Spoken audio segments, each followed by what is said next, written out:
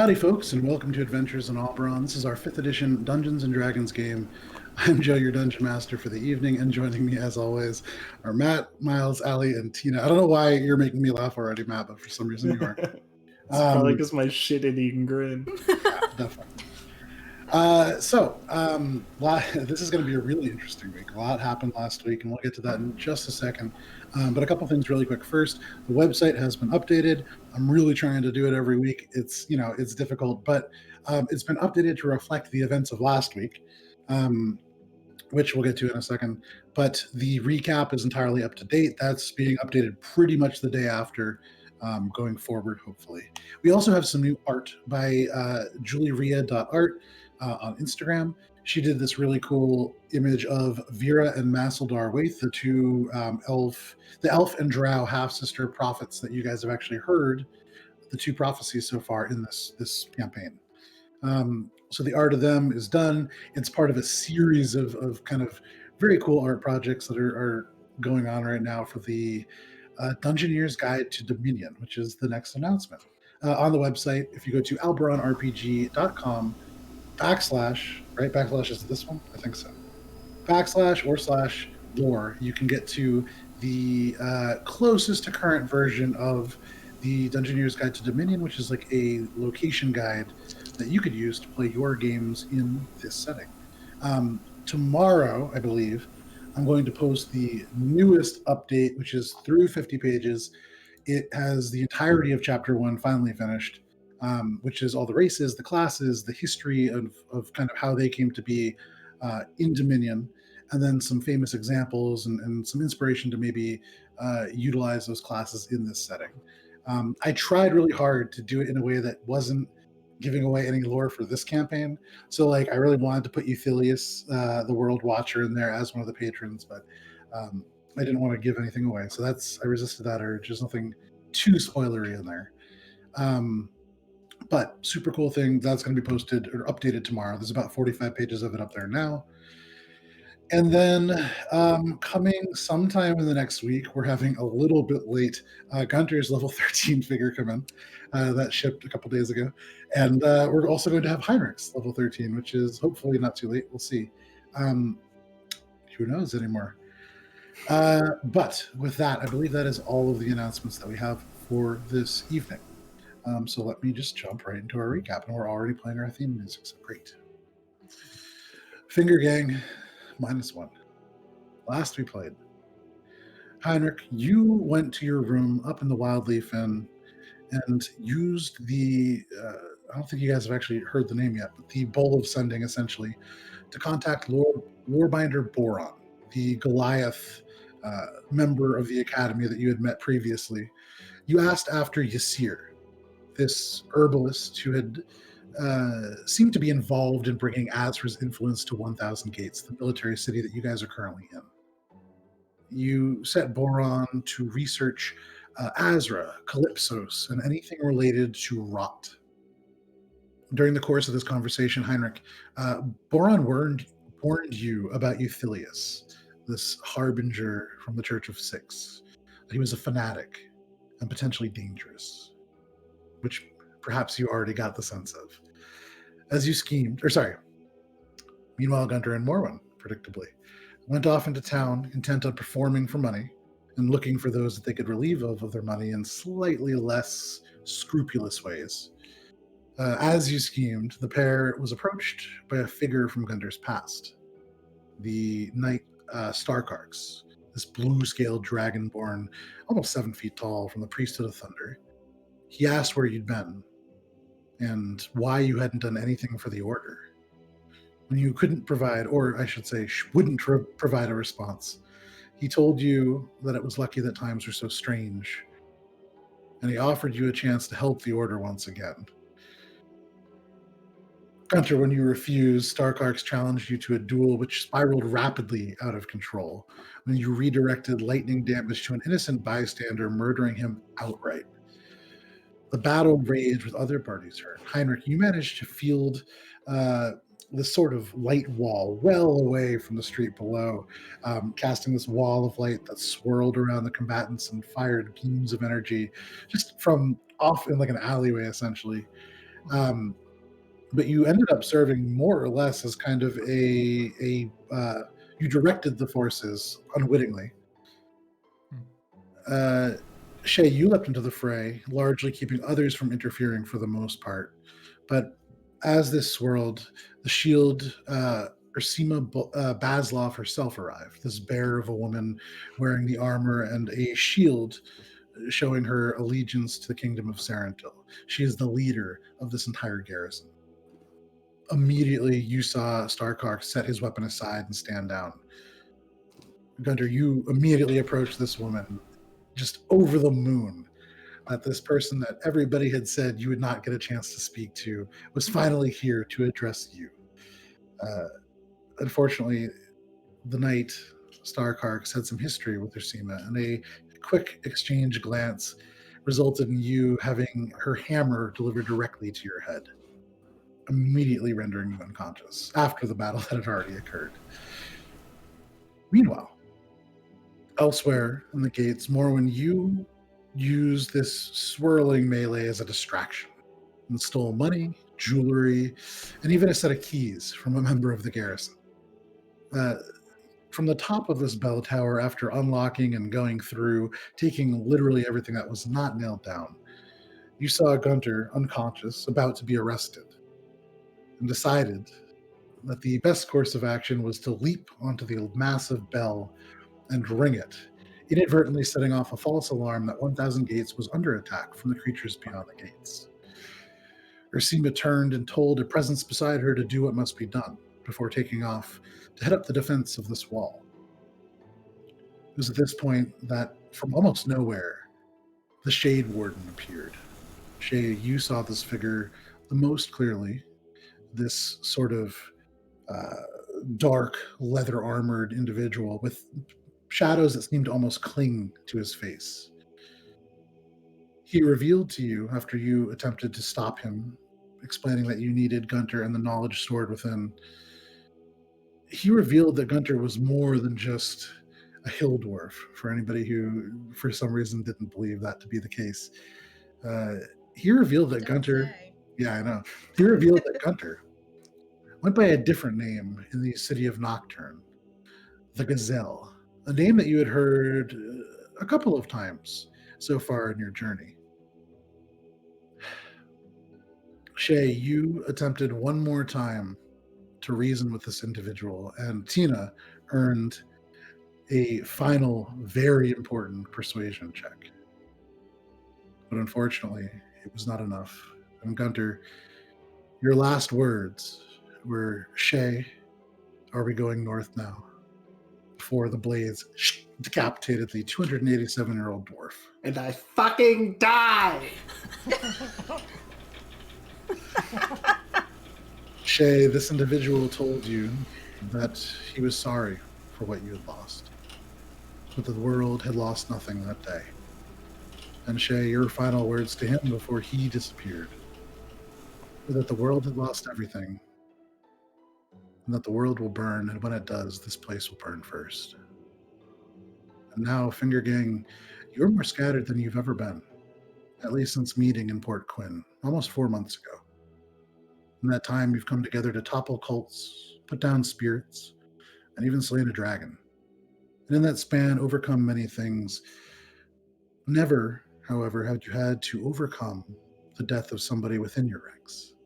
And Shay, Heinrich, from your separate vantage points, Heinrich, you down below, a good distance away as you'd begun to turn and walk back towards the inn. Shay, you much closer, only maybe 40 feet away from this corpse. You can see the decapitated head of Guntir swing loosely in the hand of a garrison member who seems to be bringing it towards the center of town. The body lays still, Guntir's lifeblood pooling around the clean stump of a neck that protrudes from the plate mail armor Guntir had just recently acquired. A few people look, but the streets right now are far too busy for too many to take notice of a single dead dwarf. But all along to the north, you can see bells beginning to ring, and the presence of guards along this wall swells. You can see dozens, hundreds, well over 1,000 people begin to stream from castles, buildings, other various parts of this garrison. Um, but in this meantime, we'll start with Shay and Heinrich being in roughly the same place with all of this chaos surrounding you. What do you want to do? I am gonna walk over to the body and stand over it. Okay. So you make your way through kind of this cobblestone street. People are going by you, bumping into you. You can see people not necessarily concerned with you so much. You make it easily. You stand over top Guntir.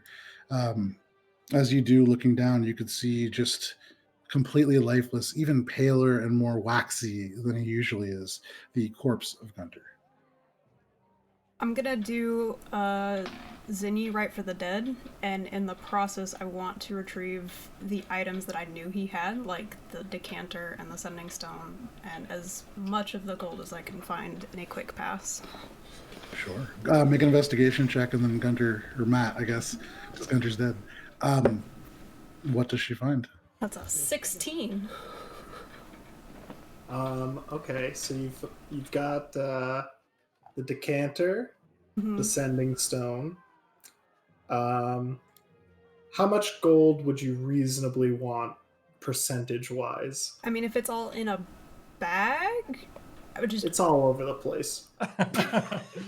Pockets and pockets. So like socks, you know. Shay's more interested in getting it so that we can use it and it doesn't just go into the coffers of the city that's murdered you. So alright, so you'll get when I add it all up, you'll get like 20%. In a quick pass. Okay. Yeah. Damn. I mean, it makes sense if you're just tracking the pockets. You're probably just tracking like, the 2 pockets and not. Yeah, you didn't check all the secret spots. And I was going to say, like, a lot of Gunter's stuff is kept in very close to his person. So, you know, there's a certain level of intimacy you need. Looking to stick around, you so also yeah, that probably makes sense. got like 4 of the body daggers. And with the 16, you wouldn't have found the little black book. Okay. That's in a special place. So you go through the body. Oh God! You go through the body. You pull coins, and none of the coins are contained in a single area. It's pouches and bags and little weird wrapped up pieces of cloth, but just all different kind of sorts. And the mints are different too. I mean, there are things from the kingdom. There are things from far beyond. But you take these things. As you do, there is this kind of garrison member that goes by. They jostle you in a way that you recognize to be purposeful. It's almost like they're kind of pushing you as they go past. And you see through the helmet this kind of eye looking back. You're going to want to move, miss. And he just continues on towards the wall. Kind of nod, finish up the right. Can I see Heinrich from where I am? Heinrich, what are you doing? I was in an alleyway on my way back when I sent out Nod. So I'm actually looking through Nod's eyes right now. I had done that and like seen this as like a bird's eye view, the whole thing that happened. Yeah. So I feel like I would fly in a way where I know Shay could see me, or I would direct Nod to do so. Okay. And then just sort of like do a circle that's very obvious over where I am, and then sort of fly and look for Morwen. Because like I'm in a bit of a panic mode of like we need to leave. Like this is bad. No problem with that, and you kind of circle around Shay as you're doing these rites, and you take this thing of coins out. As your eyes go up with the bag, you can see the owl just by maybe 50 feet away and land on a building above. There are people going by, and so your sight is interrupted here and there, but you see the owl take off and then kind of circle off over the alleyways to the south east of you, just a little bit. Okay. Knowing that, what's the tallest building that doesn't have garrison members on it near me? So, really interesting point. Almost every building in this city, you can see just kind of bedecked with either catapults, these large ballistae, or here and there, actually not on the building roofs themselves, but on some of the larger castles, there are trebuchets. But it looks as if, and you can actually see now as everything happens, and you're kind of taking this stuff in. You see, just give me 1 second here. So the walls off into the north that separate 1,000 gates in the gated marsh are covered in hundreds of soldiers. And you can see where there are all of these gates here and there at different heights and different sizes. There are lines of archers that are beginning to form kind of on either side of the gates. There are these platforms, maybe 10 feet tall, almost like hunting platforms in case of a breach. You can see the main gate is almost directly north of you, just a little bit to the east. And you can see it is heavily garrisoned. You would recognize Rhodesia is actually there at the moment, although you do not see her at this distance. You actually see now coming down one of the main alleyways, really galloping through 30 or so fully plate mail armored knights with a variety of tabards and banners, all riding horses that seem to be barded in almost armor that's made out of oak, which, being from the north, you've never seen them before. You can also see outside of each of the gates, they're forming up almost like grids, 10 by 10 soldiers with spears and shields kind of ready to engage. It is a tense situation. Shay, with your passive perception of 20, you also see kind of towards the center of town where that individual is heading with Gunter's head. You can actually see the head still swinging in his hand. There is a really grimy looking halfling. You can see just like looks like they're covered in mud. They have this sort of, it looks like they're wearing canvas sacks that have been cinched together with cloth. Dobby. It's a halfling, very short black hair at this distance. It's still a couple hundred feet away, but given your eyesight, no problem. They're surrounded by bears. You can see they're standing up on a crate, not looking as if they're especially distressed. There are 3 bears that are also kind of lumbering around. They all look filthy. And that is what you see. Cool. So, tallest building that doesn't have garrison members on it. I want to get on top of it and keep an eye on things while like minimizing my own visibility, as it were. Sure. The tallest that you'd be able to get onto is one of these kind of intersecting walls. They're not meant to hold people. And for most people, it would be a difficult balancing act, but for you, no problem. You scale 15, 18 feet to the top and perched up there. And unfortunately, it's not very high given the other structures around you, but make a perception check. And what are you looking for? Really, what's patterns, movements, how things are going, because Sure. I'm not real sure what's happening either. Sure. That's a 23. 23.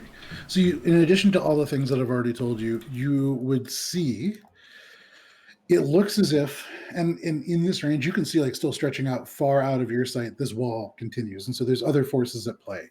But it looks as if there are roughly 200 soldiers, a combination of archers and pikemen that are surrounding or garrisoning each of these larger gates. The smaller ones seem to have almost like, you can see there are walkways that go up and then kind of form a walkway halfway up along the wall and then kind of zigzag back so that you can walk on the top. In that middle plank, there seem to be a number of people holding crossbows. You also see, with a 23, at that main gate, there are 3 members who are dressed a little bit differently. And given your experience recently, you can see one of them is a blue scale dragonborn.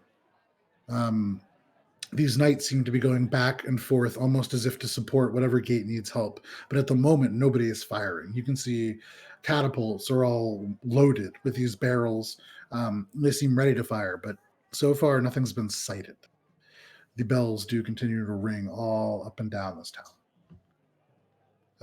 I would say you also notice around the bears and this halfling, there are and despite the fact it is like 3 in the afternoon, there's a few clouds in the sky, but not terribly overcast. You can see like little fireflies all around them. Okay, I'm gonna stay there and watch for a bit. Okay. Staying there watching for even just a little bit, you will also see making their way kind of towards the central keep area where you saw there was no buildings within this really strong central walls. It looked like a muster point should things fall under attack. There is 2 horses drawing a cart, and you can see it rattles as it goes by. You actually hear it before you see it. It's loaded with glass bottles. you see up at the front in this coach, there is a figure that is kind of steering this cart. He looks to be maybe in his 50s, human. He's wearing this faded green hat that has like a little buckle on it, almost like a pilgrim's hat. Very traveler-like, seems like maybe a merchant or something. Just kind of moving off and towards that garrison, and a couple of other people that are traveling. That seems to be like where most of the citizens are going, or the non-combatants. But Heinrich, you, through Nod's eyes, even with the passive perception going through, you would see Shay kind of mounted up on this wall. You would see a lot of what she sees, not necessarily the individual details, but you get the rough idea of this forward kind of northwestern movement to kind of arm this garrison point. You don't see Morwen. Mm-hmm. Say again? Sorry. You don't see Morwen. Don't see Morwen. Okay. I'm gonna try to get Shay's attention to join me so we can at least leave or recoup again with Nod just kind of like flying over.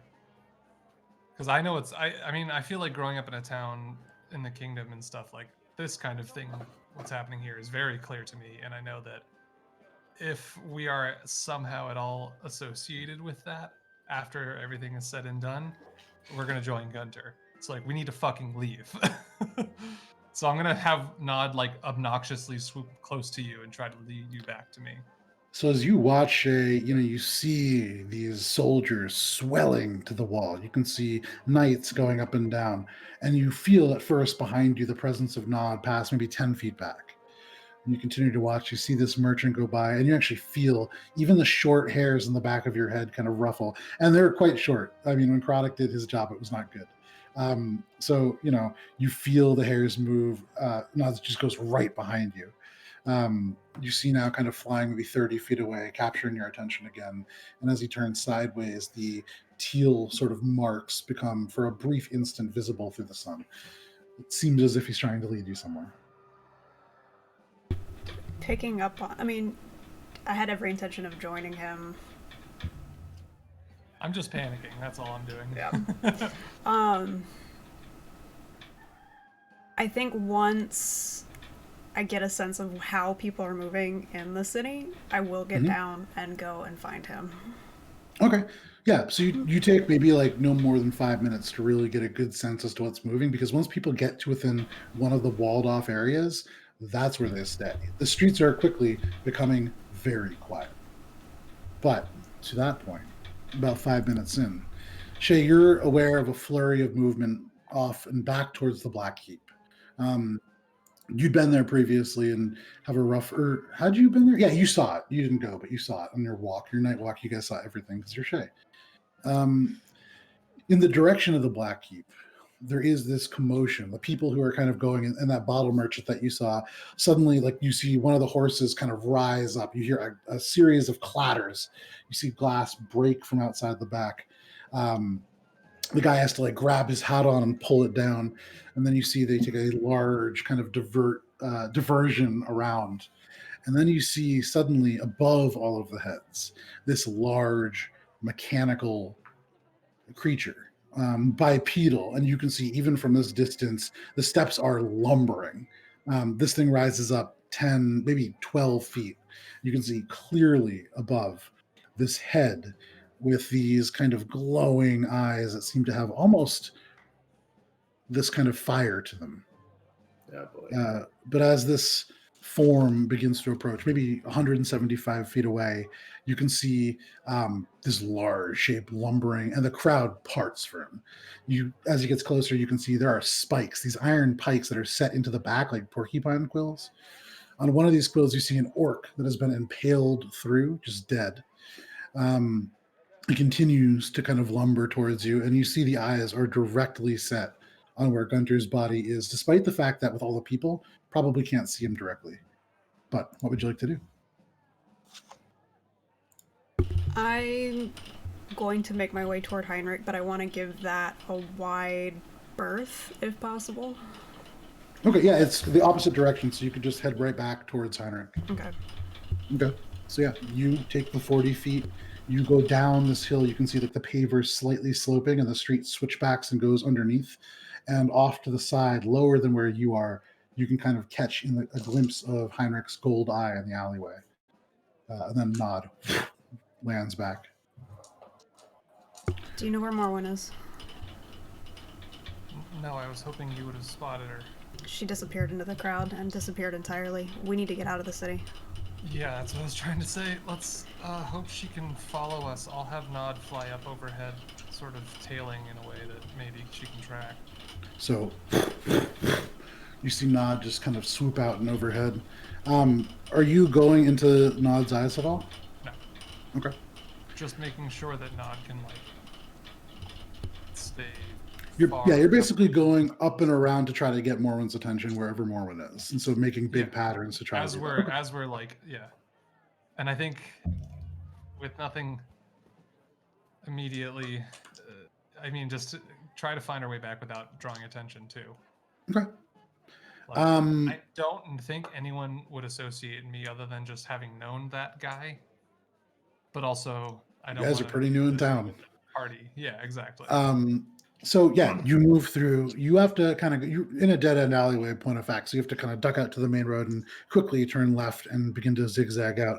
Heinrich, you would catch sight of this automaton as you do so, maybe 50 feet away, now lumbering kind of and standing over Guntir. This creature made of brass. You can see intricate kind of carvings. This is a very, very well made kind of construct. The head is attached on an almost like telescoping mechanical neck that's able to shift and turn. It's not terribly long, but it's a sophisticated design. You can see it looks down and is lumbering over top Gunter's lifeless body. And in a fairly swift motion, it lifts the body up. You can see the beard kind of hang wetly down to the side as it does before impaling it onto the back of the spike. Well, the beard wouldn't be there. The beard would be... Oh, sorry. Yeah, good Would not point. be there. No head. Wouldn't be there. So not to be morbid, but fair. The wet elements of the cloak that have soaked up the blood coming from the decapitated dwarf hangs wet.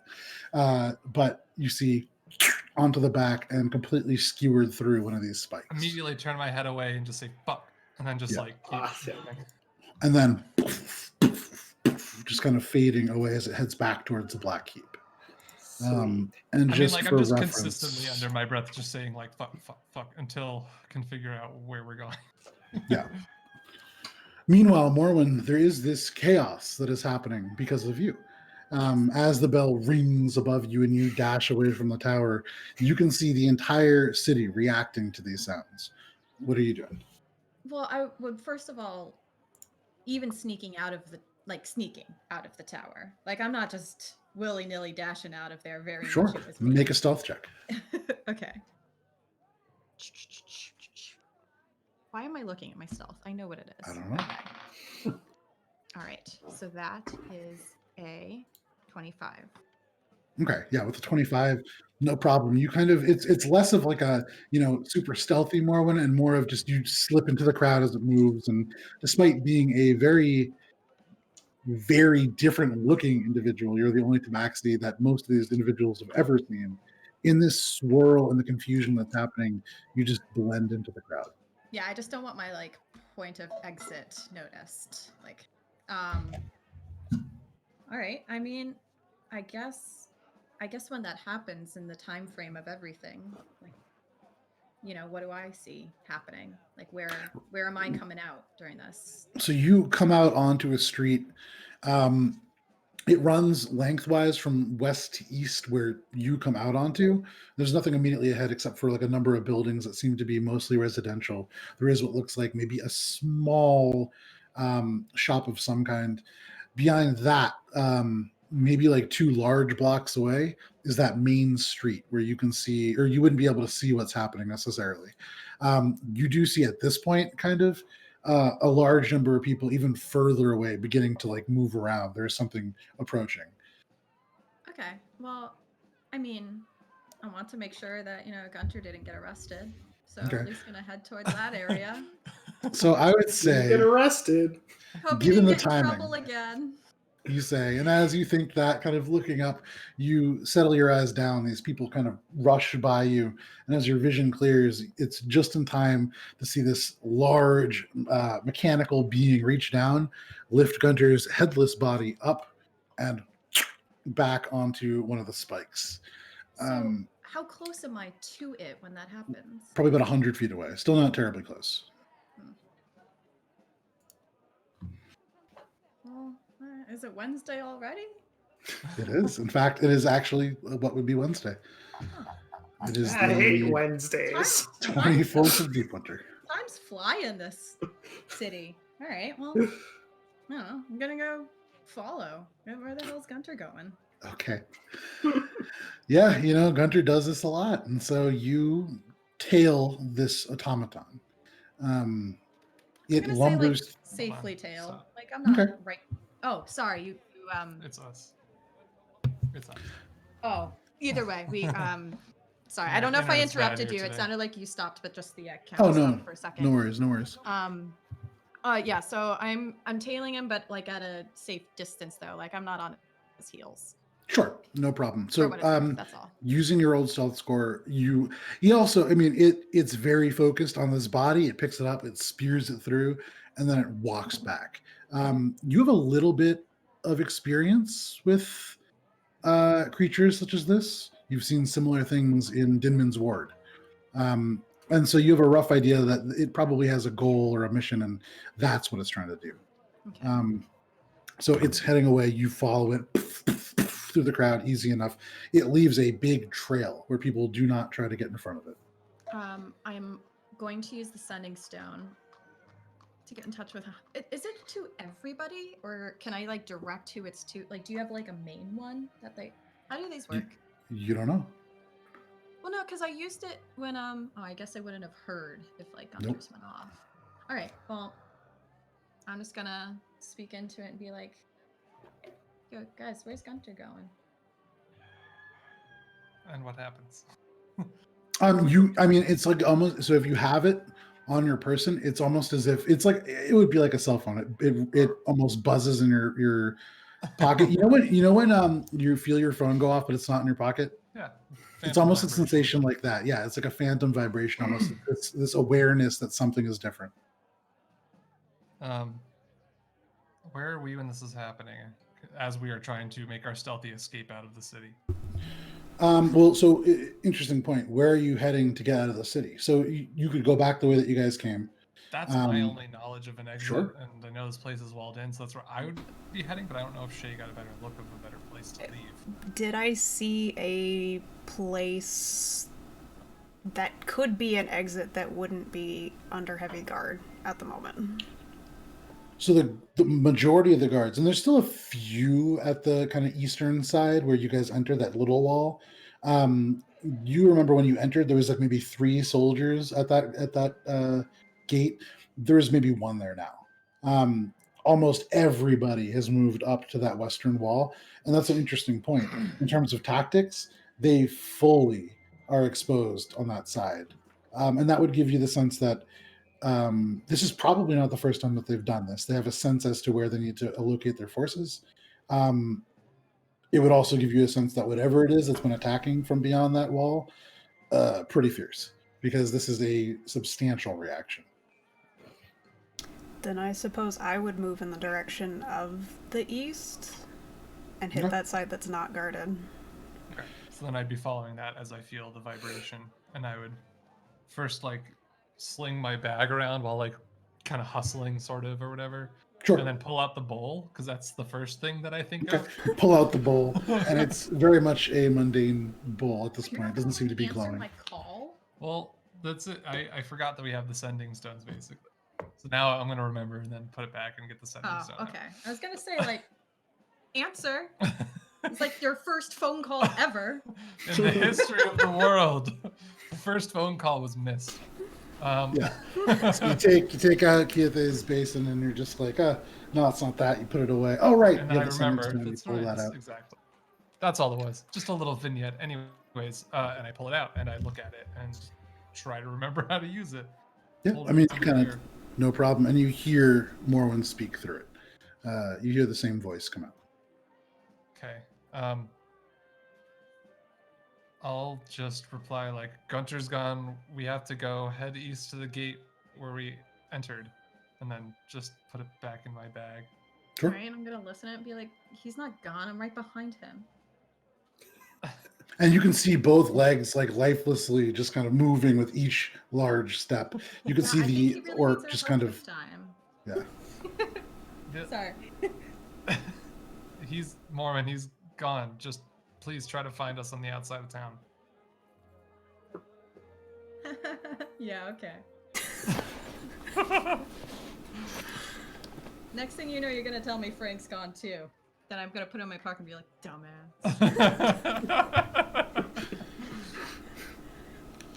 I mean, I can't respond to that because I'm in a panicked moment. I'm not like Sure. able to. We're operating on different levels of like, oh yeah, it's no Absolutely. big deal versus like we need to get the fuck out of here. So what I will say is, Heinrich and Shay, for the two of you navigating through these towering structures, you can see soldiers moving along the sides. There are a couple of occasions where people are actually shouting to you to get out of the streets, to clear the roads. You kind of, You or them? and to them.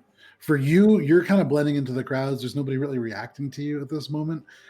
They're also highly focused on this huge automaton with corpses on its back, just lumbering through the town.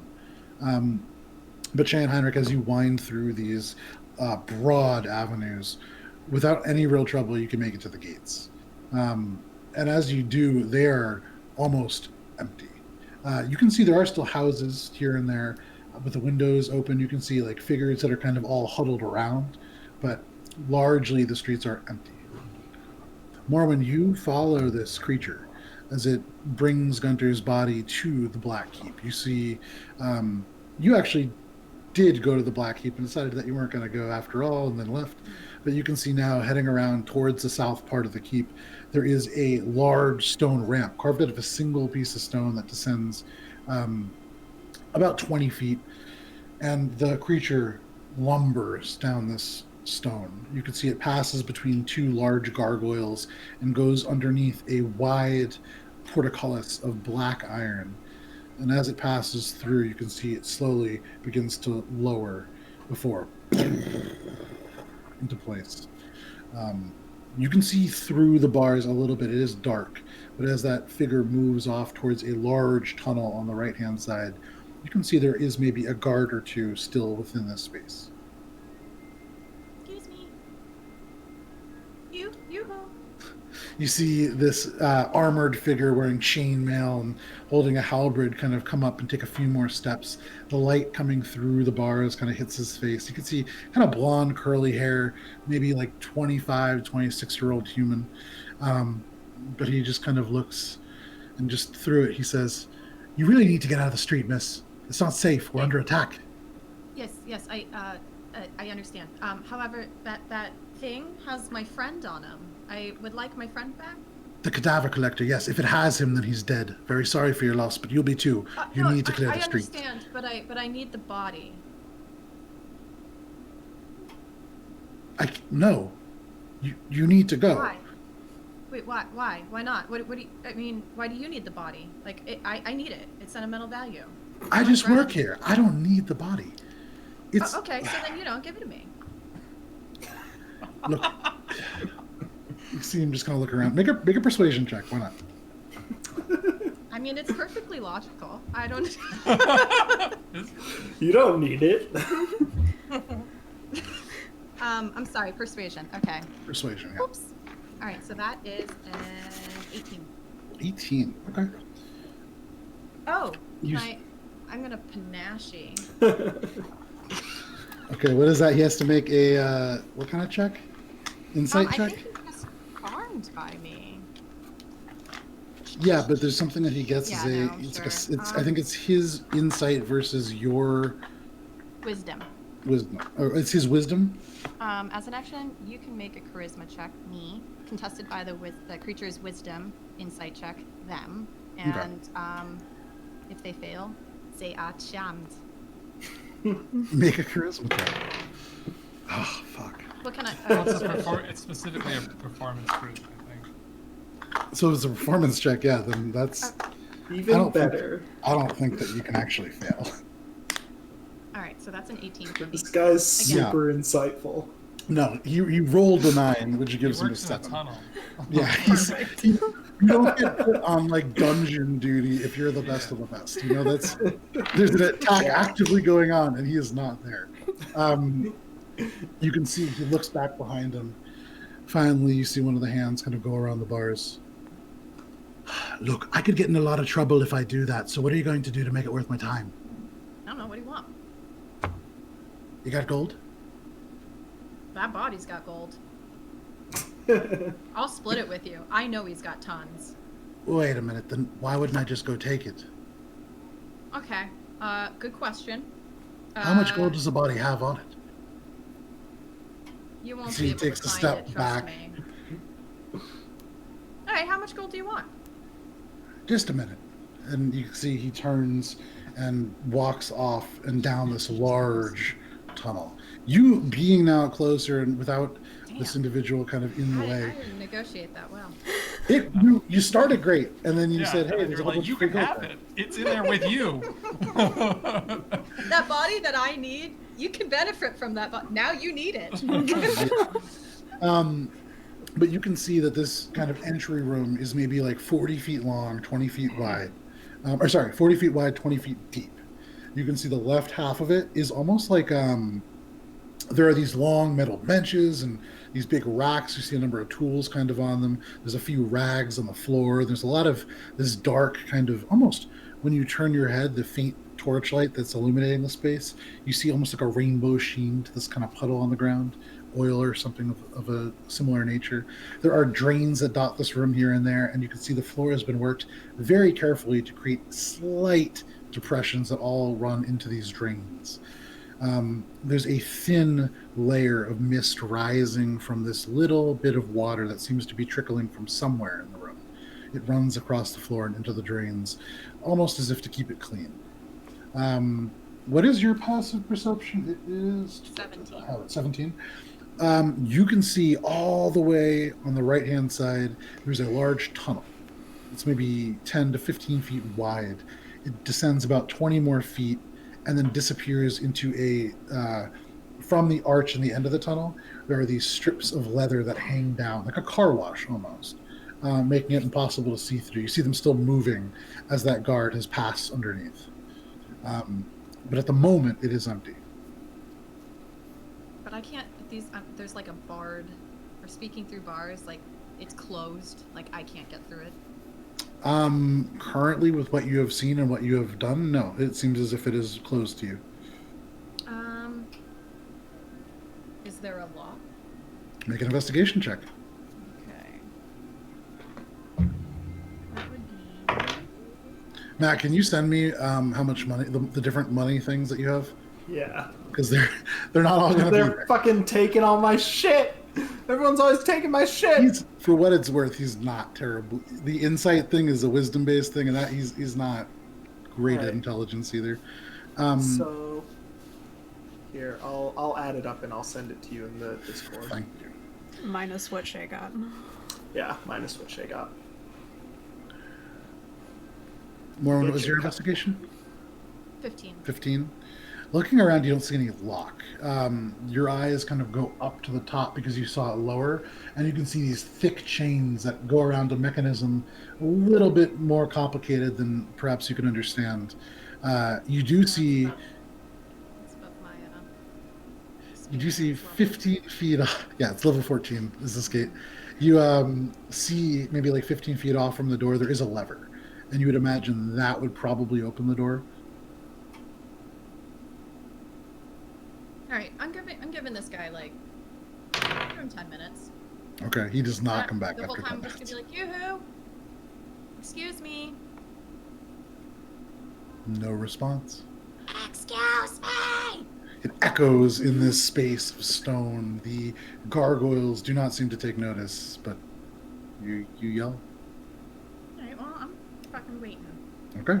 While you wait, Heinrich and Shay, You now are at this gate. You can see there is a soldier. He is intently kind of looking the direction of everything happening to the north past you guys.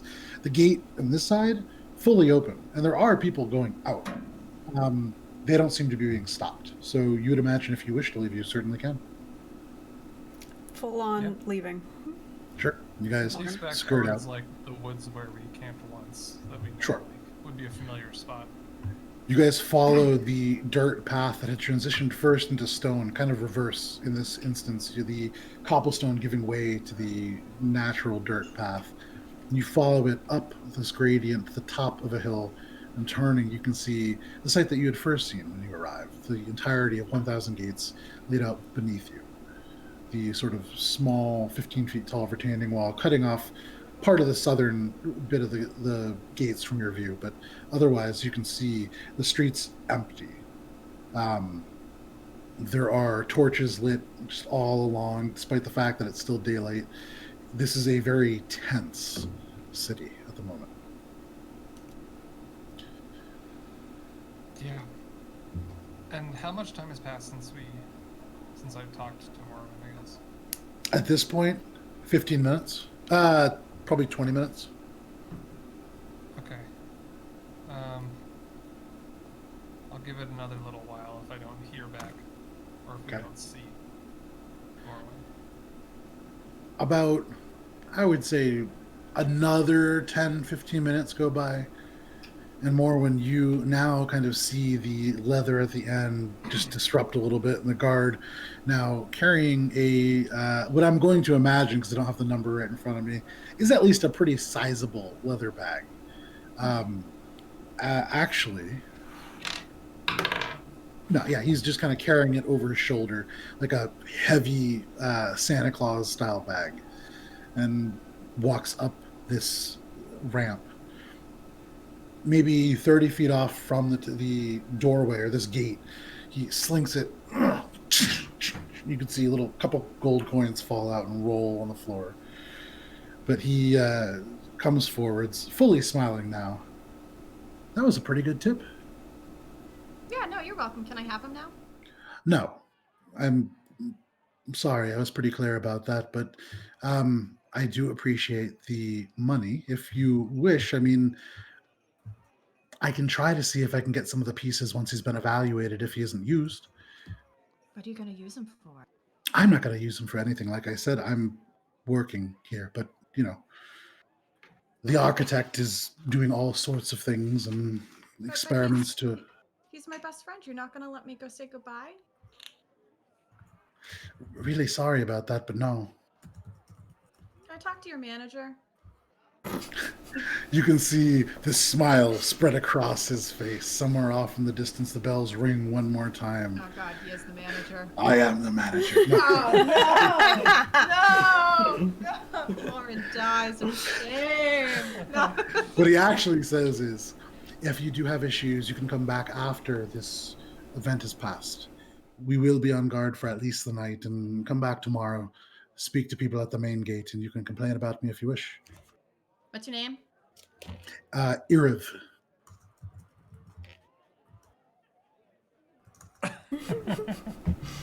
Morwen whips out a quill. Just scrawls random shit on a piece of paper because she it's a can't long, write. squiggly line. It's like a whole paragraph writing his name because I Yeah. don't know. That's Hold it really like long this, for too. me. She's holding it like this. Yeah, just a little kid. Well, damn. All right. I guess I'll just wait here. I'm gonna phone you. Just be like, yo, Irvin won't let me in to go see Guntir. Are you talking to a rock? It's a sending stone you want to see. It's pretty rare. Pretty cool. As in like a magical item? I don't know. I don't know how it works. Look, and he kind of leans back into the bars. You made me a lot of money just now, so I'm going to do you a solid. Magical items are illegal in the kingdom, so just please go away. It's a rock. Just, okay, go away, please. Okay. And I'm just gonna like step back a little bit. but like maybe one more step. Just keep going. Is there like walls? Like, is it like this? So Can I it's just like sidestep out of his view? the tunnel goes down 20 feet, and you would imagine with that the walls just straight flush with it. It is purposely designed so that people can't hide on either side of the gate. You know, they watch Return of the Jedi. They saw how the bunker got breached. Wow. They're you know course. they have it set up so you can't ambush the door.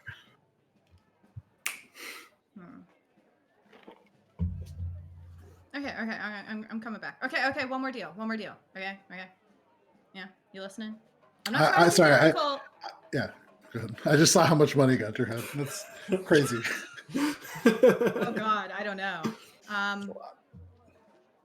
Listen, it's a real request, but listen, how about 50 gold for you to just cut off one of his fingers and give it to me?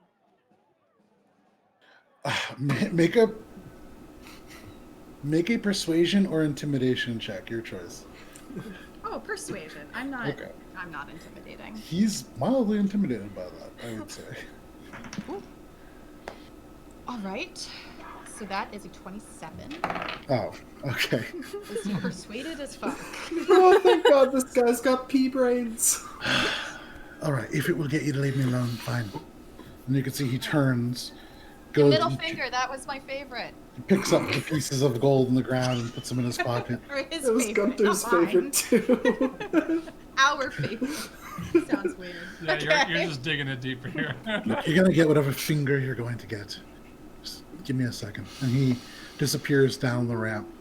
A couple seconds pass, and you hear a and then the sound of metal hit stone. And returning with a bloody little dwarf finger is this individual. You can see holding it out like at a decent distance from his body. But he walks to the gate with it fully extended and kind of, with his fingers, flicks it through the bars at you. Please just take that and go. Can I just quickly do you promise this is from him? And I'm gonna try to insight. I just want to make sure he's not grabbing random fingers. Make and I'm an also insight gonna check check. out this finger. Make I an also insight love check. the concept that you hold on to it, we go through this whole process to bring him back, and we end up bringing back the random orc. All right. There's a 19 on it. A 19. So looking at this finger, you can see the skin hangs loose from the bones. There are liver spots along it. You can see it looks like there's something just gross underneath the nail, which is long and kind of beginning to curl in on itself. It's Gunter's finger. Okay. All right, you're just gonna wave the finger and be like, "Thank you. Oh, You're a good God. man." Pew. He steps back into the shadows. It's like the Homer Simpson thing, but it's like disgust instead of, surprise, and just kind of disappears. But you can add Gunter's middle finger to your inventory. Lefty or righty? Oh, that's true. I have to go back. No, I'm just kidding.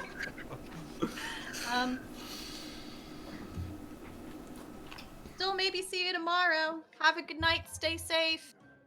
No response from the darkness. This is a pretty weird dude, and he just cut off a finger for you. So, Yeah.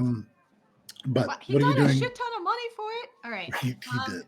All right. So I'm just Yeah, now that I know He's retiring. that this rock is illegal, I'm gonna go sneak somewhere to secretly talk on it. Okay. Go ahead. With your just with your passive ability itself, no problem. You can duck into an alleyway. The streets are pretty quiet at this moment. There's a lot of activity above you. I think the girls' bathroom on the 3rd floor is usually where they don't catch you talking on your mobile talking device. All right. All right, thanks, Tina. You got that. I got You that. what was I going got for. I'm that. sorry. I'm sorry. I spaced out. I For- was totally for- doing something else. For what it matters, the majority of the kingdom, because of the general scarcity of bathrooms, more than any other reason, they're not gendered bathrooms. So there's a Yeah. I'm sorry. so you duck into an no, alleyway with yeah. your sending stone. Yeah. I'm not able to get in. Where are you guys? Where we camped right before we came to town the night before. Okay. See you soon.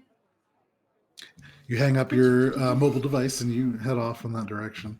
Without too much trouble, you make your way through. People no longer kind of crowding the streets. It is quiet.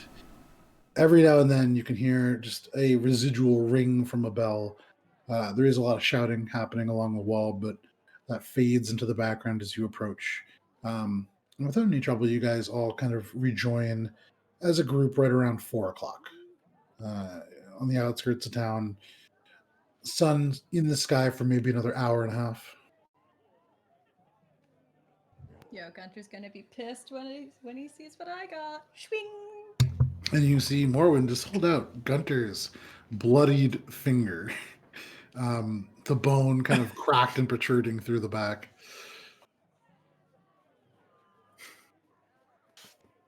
That's the face that I'm making.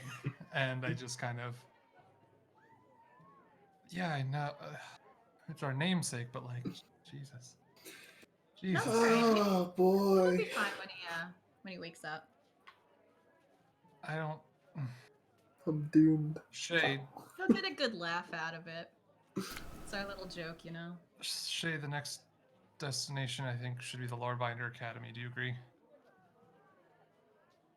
Yes. Since it's on the way to Yorn, where we ultimately have to go, should we make our way? Well, guys, we can't move without getting him. I'm like in a like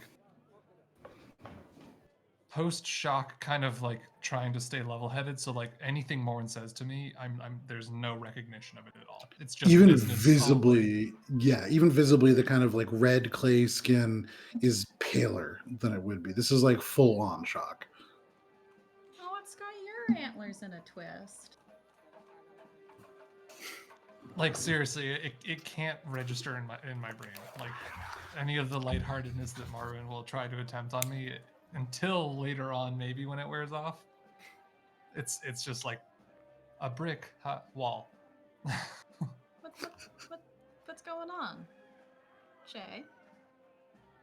I think for tonight, we should perhaps just rest.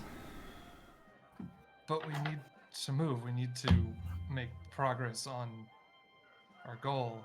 I can't find reason for sitting still right now. It's going to be dark soon. How long do you want to trek on? Until we need to, I suppose. Until you all need to.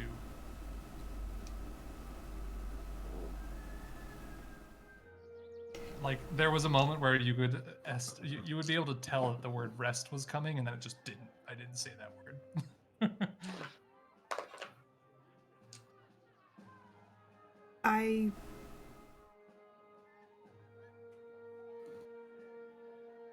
Let's go. Okay. Back the way we came, and then from there, an unknown stretch between here and Port Quinn, and maybe get a ship, and then Wait, I'm just kind of like walking off by myself, making these plans out loud. Okay. I'll like catch up to him and like hand on the shoulder, one step at a time. Let's make it back to Pendleton. Are you guys trying to do that tonight without Guntir? You're running as fast as your slowest member, you know. He's moving really slow right now, you guys. Let me tell you. Oh boy.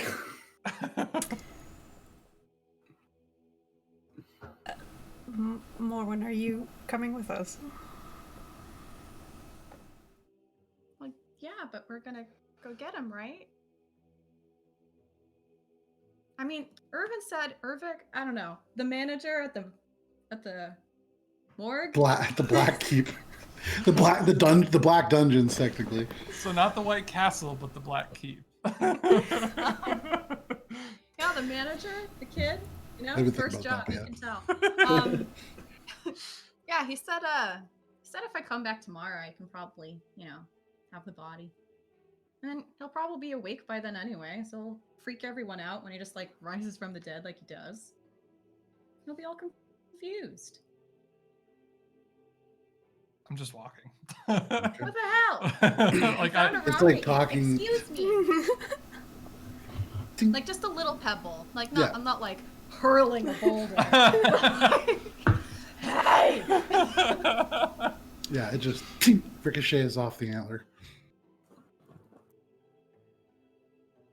I think I would speed up to like take the lead so that way Heinrich's not walking first, knowing the Oh, and state I'm that also he's not. in. I'm not particularly keeping guard either. I'm not like looking Yeah. out for anything. We I can walk right into am. like people traveling towards Yeah. me. I am. Okay, so you guys beginning this journey, where is your destination at the moment? First waypoint of Pendleton, since that's where we know, and then there's just Okay. a big gap after that north. Sure. So you begin to head roughly east, heading back the way that you came. Shay, you're leading this adventure. Yes. You have about 2 hours of daylight left. And then from that point, probably another 4 hours until you're looking at pushing exhaustion. So how long are you guys going to travel for this evening? I would keep going until I'm stopped. It's just like that, need to keep moving to keep the stirring from getting to me, kind of. Sure. So whenever anyone else decides to stop, that's when I'll have to be notified that we're stopping. Knowing and recognizing a little bit where Heinrich is, I think Shay's willing to push it at least through one mechanical exhaustion check. Okay. You guys walk, and Shay, go ahead and roll a 20-sided dice for me as you are leading this journey. How's a 5? Okay. A 5. I feel like that's like your lowest roll ever. Yep. Yeah, wait. It's Well, because there's no There- modifiers. there's no to it. modifiers. It's There's just a random chance. Shay usually rolls between like 3 and 5. She just has like plus 15 to everything. Right. Yeah. I mean, Yeah, that's it how was- my sneak the things is, that she's so. good at, she does basically. Like the Yeah. things she's not good at. All right. So you walk for the first 2 hours. You watch this kind of behind you. The sun begins to set. The territory that you're walking through, largely kind of fields and rolling hills. Here and there are trees which begin to cast longer and longer shadows until they join with the darkness and become night. It's cool. Not for you, Shay, but for the rest of you, dropping to close to 40 degrees. Walking through, there is all the sounds that you would associate with a normal night to a point. Shay, maybe 3 hours in. Right at the point where you're beginning to really start getting tired. You feel the hair on the back of your neck stand up. The wildlife that has been present so far is all of a sudden notably absent. You look around, you can kind of see, if you were to stop, Heinrich would probably just continue to walk. Morwen kind of following along behind, but for a moment, you kind of hear something off a little bit further to the east, kind of in the direction that you're heading, off to your right and in the woods. Not thick woods, but kind of in the portion where the trunks kind of come together and obstruct your vision, just across multiple layers. There's a section of kind of like a larger hill that is mostly stone that's been piled together on top of each other. Off in that direction seems to be where it comes from. I would stop and like position myself to stop Heinrich's, like arm out, like body Okay. in the way kind of thing. And I want to listen. I want to see if I can figure out what it is. Sure.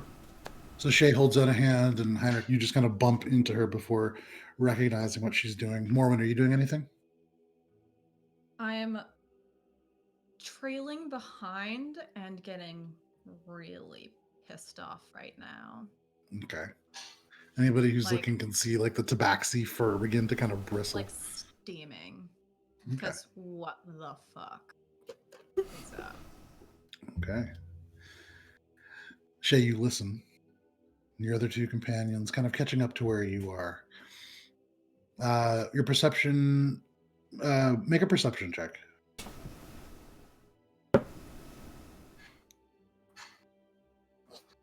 is a 21. Okay. The 21, maybe 70 feet away, that large kind of clump of stone.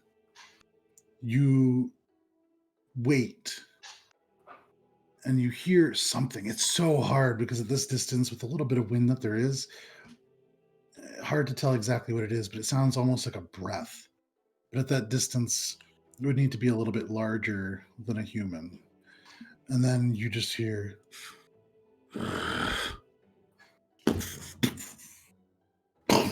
this large presence sitting. The leaves around you seem to kind of shake a little bit with that movement. I'm gonna turn so I know Heinrich and Morwen can see me and just quiet. My face is And- already just like stoically turned and facing that direction. And I think I would start making my way silently away in the direction that we were. Is this like directly ahead of us, or is this off to the right? Off a little bit to the right, but it's in the direction that you guys are heading. You'll pass by it if you stay on this kind of. It's not a road, but it's a worn travel path. It's just kind of where the grass is given away to dirt. It's going to travel to within 20 feet of this kind of cropping of stone. Okay. Do I see any way that goes around it a little wider? I mean, yeah, you could just pick your way through the woods. It's not, it's not even really woods. Again, it's kind of like this rolling hills and then little bits of trees here and there. So yeah, you could just divert around and through. You'd just be off the trail. Cool. Doing that as silently as I can. Okay. Go ahead and make a stealth check. Heinrich and Morwen, are you guys trying to go quietly as well? Yeah. Stealth checks Yeah, all but right. Moving also is- like is if looks moving is could moving. kill, then Sure. like Heinrich's back of Heinrich's head is on fire. Okay. Or dying. Just that fire. So is Gunter's. That's 21 for Shay. Okay. Roll.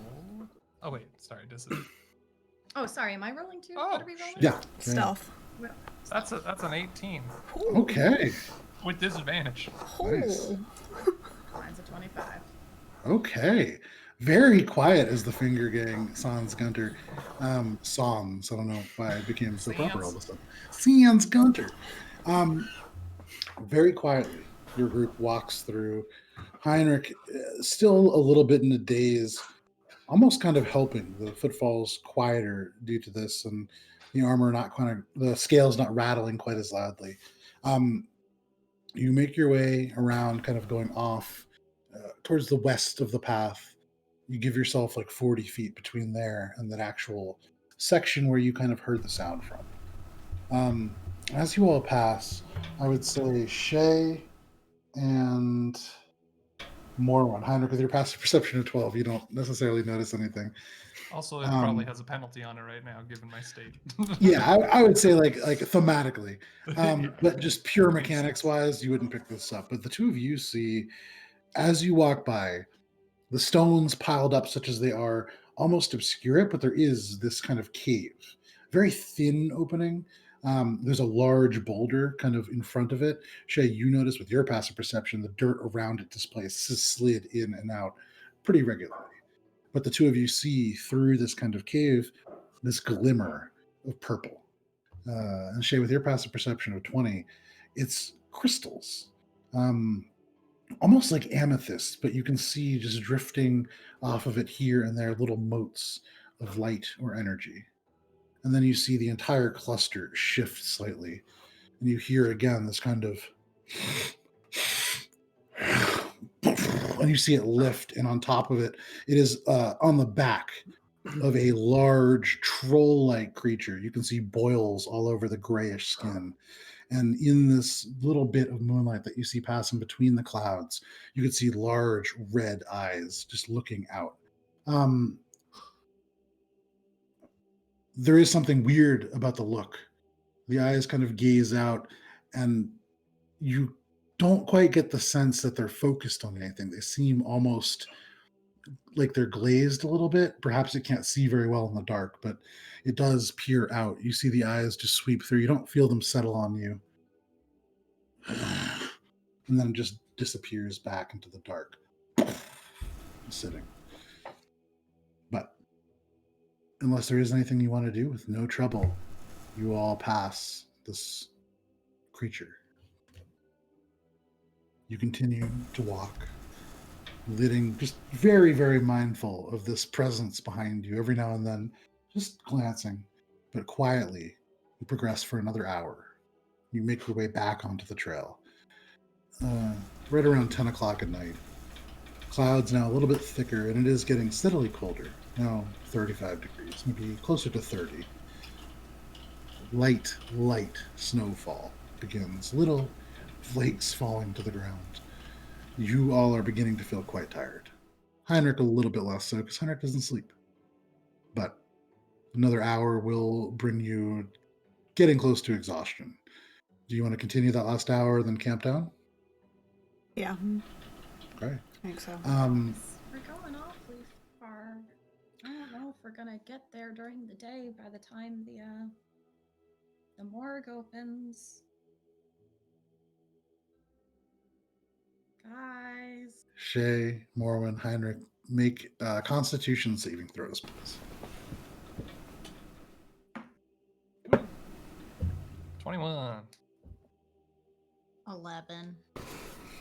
I Now she's grumpier. 21. What was that, Shay? 21. Okay. You guys push on. And Shay and Heinrich, for you, it's tiring. Shay, you've trained as a monk. You've gone through worse. Heinrich, you don't sleep. And so exhaustion for you, while it still happens, is still, for the most part, a foreign concept. Morwen, you're getting tired. And these assholes aren't stopping.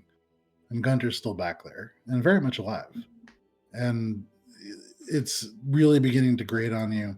You gain a level of exhaustion, which means you have disadvantage on ability checks until the completion of your next long rest. However, right around 11 o'clock, the wood's beginning to grow a little bit deeper in what you would recognize as the beginnings of the forest that encompass the area around Pendleton. Is this where you want to take a rest? I think I would look for a place that's a little bit out of eyesight of the traveled path and kind of steer Heinrich in that direction. Make a survival check.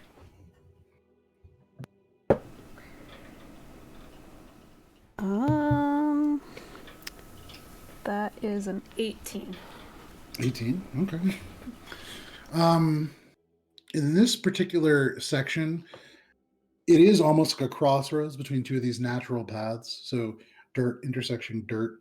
And the hills, kind of probably through force of people just traveling across these for so long, have kind of worn down, and it forms almost this natural crisscross like valley. Heading another 10 feet north, and scaling that first hill, there is a large divot that forms almost like a little basin, maybe 20 feet across.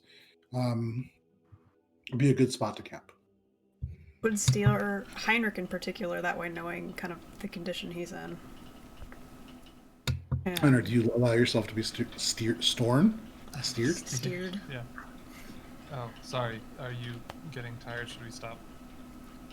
Yes, for the night, and I believe Morwen also would benefit. Right. Okay. Sure.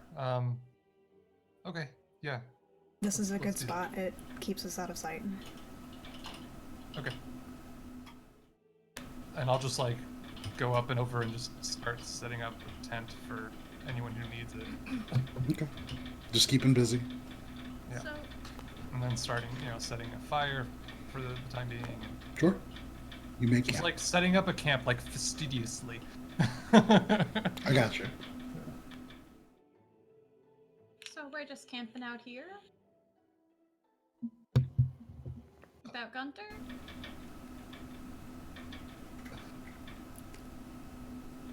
Yeah. Yes. Why? I'm just staying busy. One Why? word. That's the only word that I'm giving out. Shay, you can do whatever you want with Morwen, but I can't. Morwen, I think it's best if we talk in the morning. Get some sleep. But how am I supposed to sleep without Guntir? Bet you didn't think of that, now did you? I made Yeah, you, now you're all I sad. made you a tent. I just like kind of point at it without looking at you.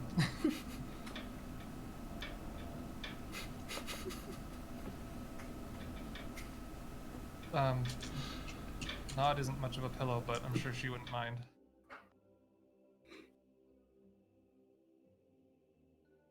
Okay. And I'll have Nod go in with Morwen for company Sure. sometime, basically. So Nod makes her way into the tent. Just Morwen somewhat dejected as well. Shay, you okay? Shay, you're going to sleep. Okay. Morwen, did you have something you wanted to do So when do I get rid of my exhaustion? After this one or the next one? at the end of this long rest? Yeah. Okay. All right. Well, I'm just gonna say it's gonna be like a noisy sleep because I'm just like actually kind of really upset. I'm just like, we're abandoning our friend, and this is the first time I have ever slept alone since before this. Just saying. That's true. Pretty fucked up. And I take out the finger. I'm just like, no, I don't. oh god, no. Sorry, no. You just stick it onto Frank. He's a Put unicorn. it in his nose. Oh, perfect. Yeah. No, I don't. That's what you did to all of Frank's friends. True. So, you find some measure of rest within this tent. Heinrich, is there anything that you're going to do over the course of the night as you do not sleep? Some sort of book reading. No, I'm just gonna stare at the fire and keep it going and like try to perfect it all night. Okay. Like I don't know. I have no thoughts for the book. Like I do, but it just doesn't make sense that I would be doing anything but Sure. busy work, pretty much. Through the I course guess of the at night. some point too, I'd probably like open up to any sort of like divine communication, if you will, since like that's become a growing thing, at least through the book. But then the time that Shay taught me to meditate, I feel like it would slowly kind of happen where I would just sit and ponder existence. Sure. You take some time over the course of the night and sit by the fire that you made, keeping it exactly as it was when it started. It never dies down. It never waxes or wanes. You put a lot of time into the fire. And as you do, there's always this kind of nebulous sort of almost weight at the edges of your mind that you push away very effectively over the course of the night, just keeping busy, constantly doing things. You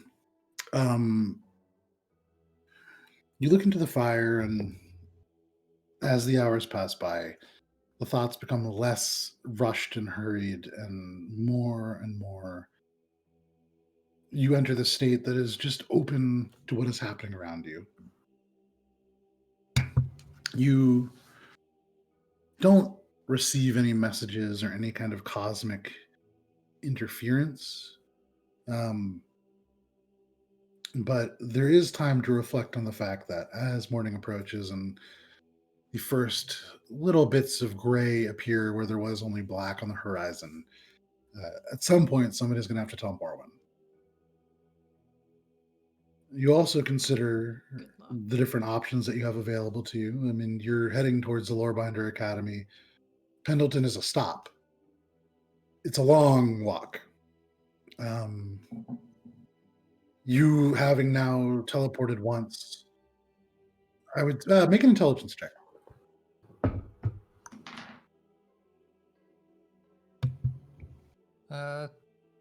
10. Here and there, at the back of your mind, there are parts of your brain that still pull into focus little bits of what Guntir has said over the last couple of months. And never do you allow them to take hold at a point where they mean anything to you. You just push them back. But the light does come, and all of you can mark off a long rest. Woohoo! Wait, if you're reflecting on things like Guntir said, I am picturing you just being like, and then it's just like, I need somewhere to sleep. Don't be naive. Yeah. That's my middle name. Ah! Yeah. 287 sevens. You don't get to be 287 years old by sitting around doing nothing. You don't get to be 288 years old, period. Aw. Technically, now he's ageless because he's just going to be suffering for eternity. Damn. We'll have to see. Damn. So light takes hold in the sky. It is a gray morning, and the little bits of snow have become a steady yet light snowfall. It's actually not even sticking to the ground quite yet. But Morwen, you would wake up first, feeling a little bit better. Not much. Shay, you next. And all three of you now awake. The fire's still perfect, and I'm still poking it.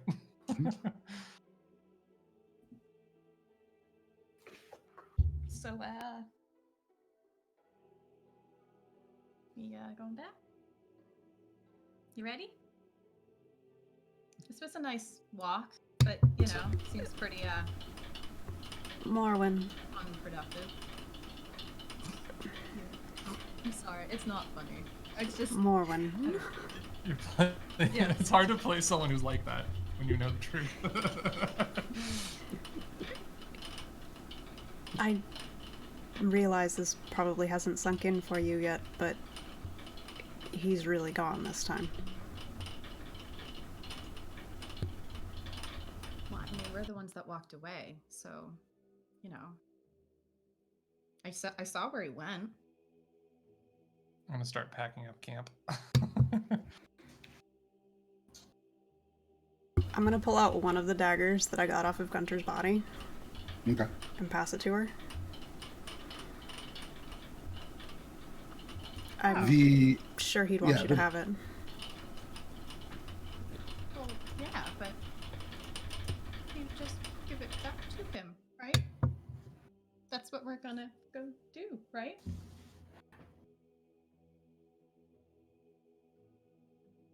Come on, guys, break my heart. Morwen, his head was cut off. He is dead this time. I mean, but he's been dead 1,000 times. Isn't there a way to bring him back? Like I've seen you do that 10 times in one fight. When there's still life left in him, I bring him back from the edge. Well, I don't understand what the difference is now. He went beyond the edge. Well, I mean, can't you pull him back? Maybe he just fell. You know, he's clumsy. We're heading north, and Guntir is gone. Those are the only two things that I know right now. It would I need- take a stronger magic than we have to bring him back. Well, what do we need to do? I'm not sure. It's not something my people focus on very much. What? Ask your book. Ask your book.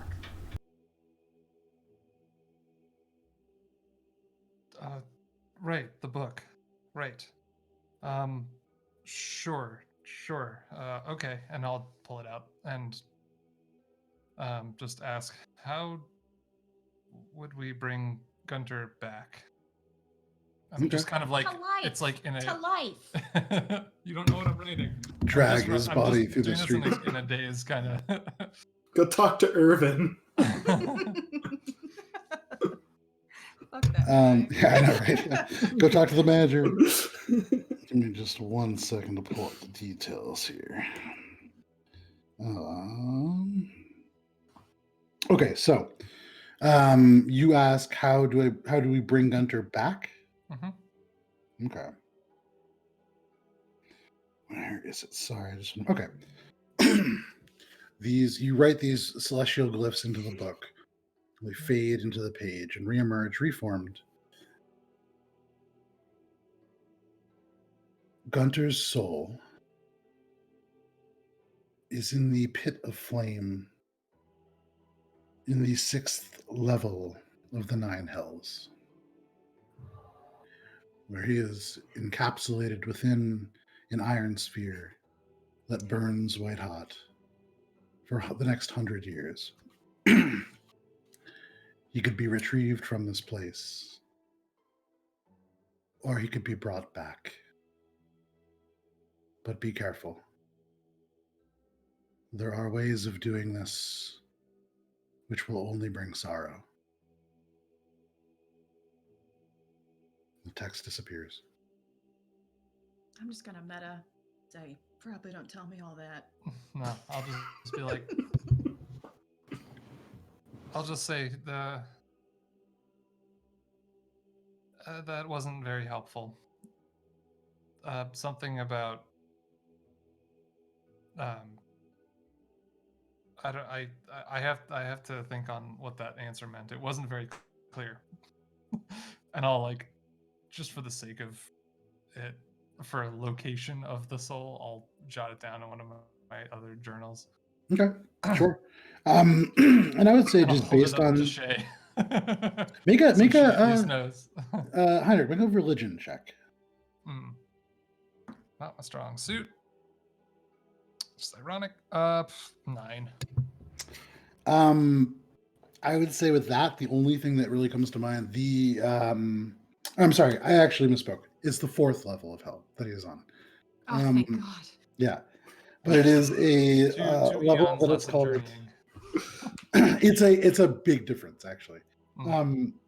But it is a realm in the hells called Phlegathos, which is it's a literal hellscape. It is the closest to biblical hell that exists within the 9 hells.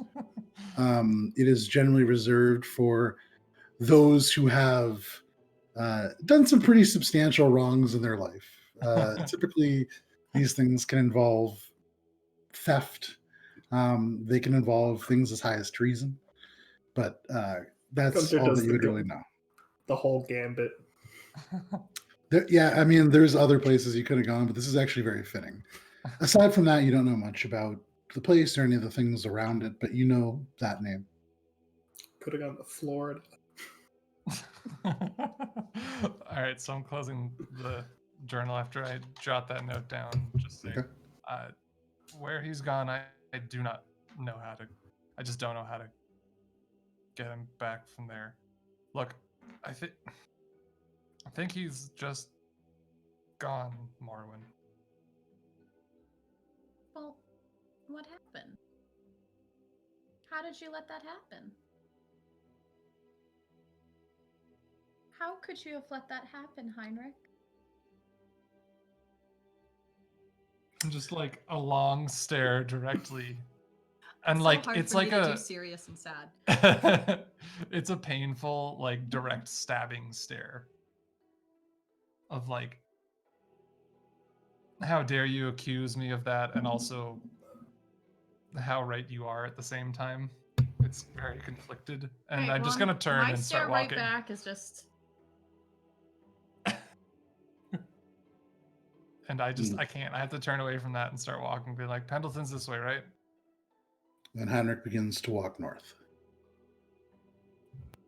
I would catch up to him and take the lead again. Okay. Brutal. All right. Morwen, well, you're I guess left right there. I take a moment and take one look back, and I put my hand around his middle finger, and I follow. It squishes a little bit in your pocket, tacky more than wet, but you. I'm not walk. gonna like squeeze it, like.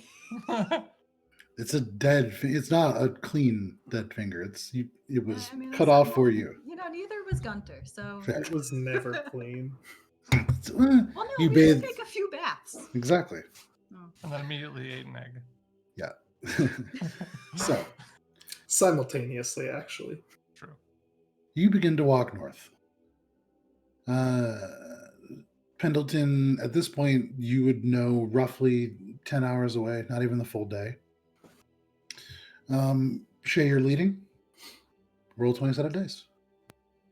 If you get a 20, then Guntir just appears in front of you. From the sky. It's a 14. The ground splits open and he claws his way from the hills. Or it spits him out. Yeah, I know, right? Take him back, he sucks. We're supposed to torture him. No refunds. No refunds. No backsies. So, you guys walk now through these thickening woods. And I'm going to say you rolled a what?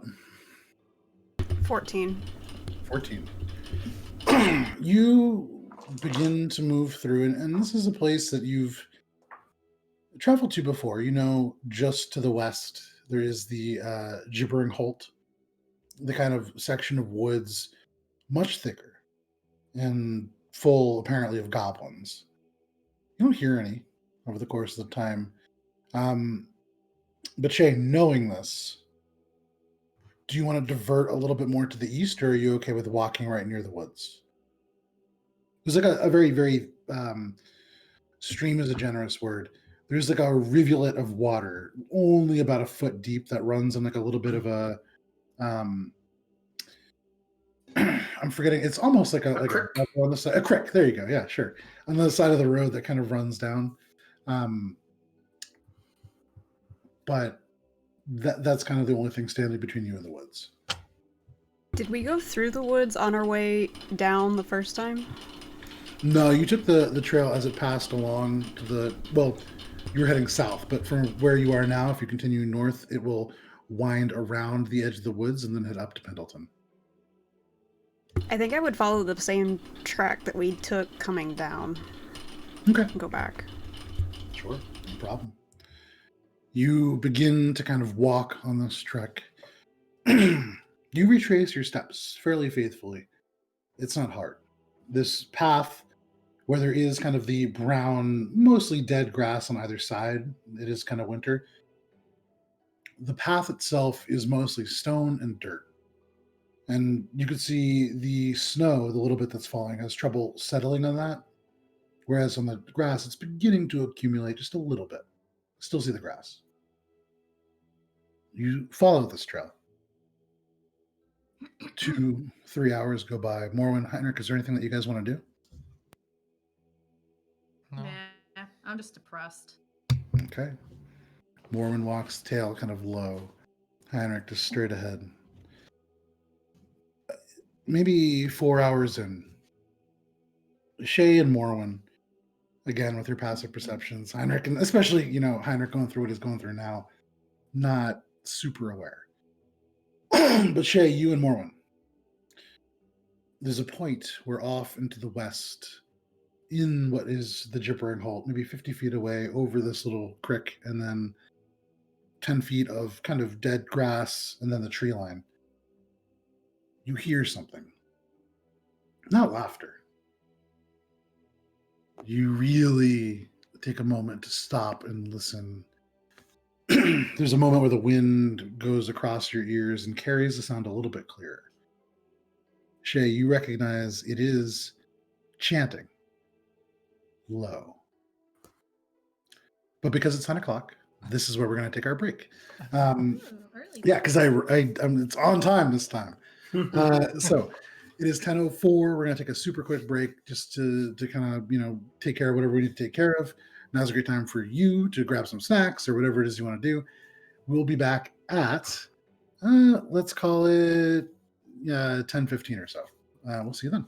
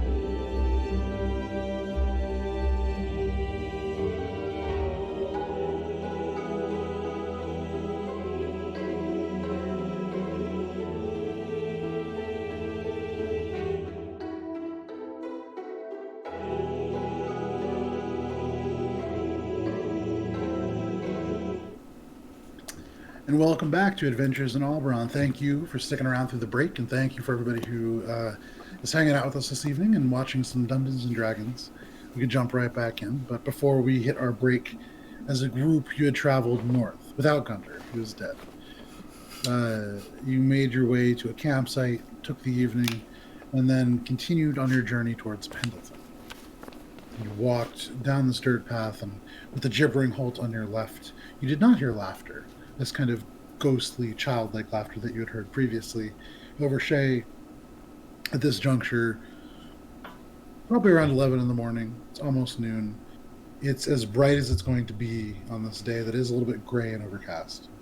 You hear chanting coming in the wind that blows by your ears. It's coming from the woods. You can hear that much. And looking, you can see it is the woods here are maybe at most maybe like 20, 30 feet tall. And they seem to be alder trees. But Multiple voices? Make a perception check. With your passive, you heard chanting, but you can certainly try to focus that in. It's 24. 24. You focus. Definitely multiple voices. Hard to tell how many. Okay. Do I get a sense of what this is about with that, or no? With that, given the sound of this, it's very rhythmic. It is very monotonous. It's not singing. You think back, and the only thing that really comes to mind, you remember about 4 months ago, beneath Port Quinn, as you wandered through the sewers and found your way to the temple that was used by the Midnight Assembly. There was chanting occurring there. Not quite the same, but similar in nature. I think that I would then relay to Heinrich and Morwen. Okay. Is it a threat? Does it sound like a threat? Are they coming towards us? They're not moving, right? As far as you can tell, isn't it?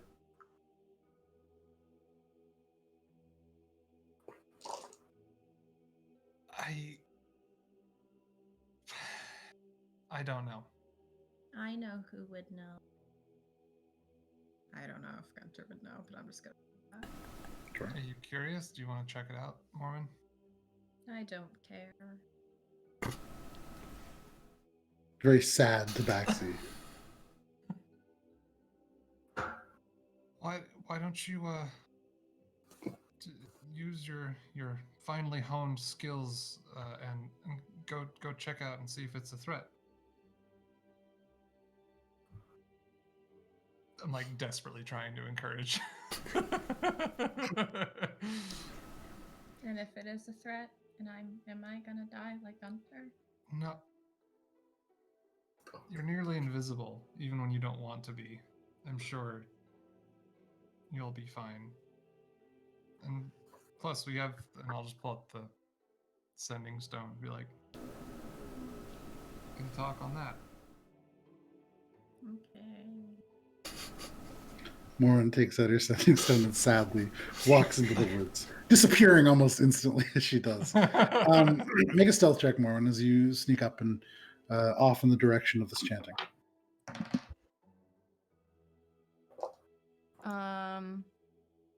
It's a 32. Okay. Instantly. But since it's a really high roll, I also want to emphasize that I'm just like really slowly. And it's the craziest thing because super slow, Morwen walks into the tree's bright red coat behind her, and for a moment it's as if the coat floats in the darkness and then just fades into the leaves. No effort whatsoever. But the black fur of the tabaxi easily hidden amongst these trees. You walk amongst the alders here and there. There are cones that have fallen to the ground. There are still here and there little elements of foliage that has persisted through the cold, but the browns and the yellows now covered with a thin layer of snow. It falls. You can hear the chanting now. And you come to a point where the ground rises about 5 feet in a slight swell, and the trees kind of rise on either side. You get down low to the ground and creep up. Your head pokes out. Given the two of your passive perceptions, Morwen, you look across this clearing, and you can see, let me post it in our general chat. And if somebody would post that to Twitch, that'd be great.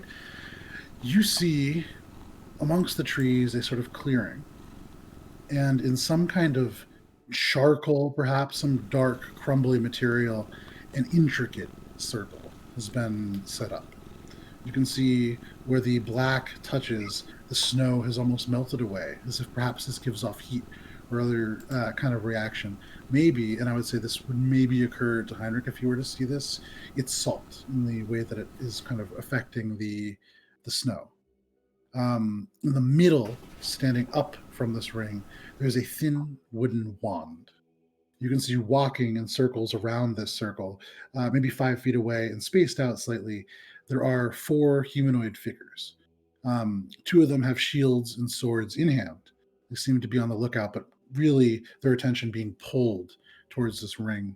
You can see there is an individual cloaked, dark cloak, holding some kind of a book, perhaps, some kind of an item, and that seems to be the source of all of this chanting. 5, 6 voices from this one individual. The others are all quiet. But what really catches your attention is across the way on a similar hill, there's another figure. They seem to be attempting to stay hidden as well, but given the armor that they wear, a little bit more difficult. You see, Matt, if you could describe your character. Right now, it would probably just look like a dark green cloak. And a relatively nondescript, from that distance, would almost look human, except for the ears, because he's an elf and he has black hair. And yeah, mannerisms doesn't really, like, usually the elves are a little more graceful from the elves that the Finger Gang has met. Yes. So yeah, just like, if you couldn't see under the hood his face, you might think he's just like regular human dude. But you guys know it's an elf.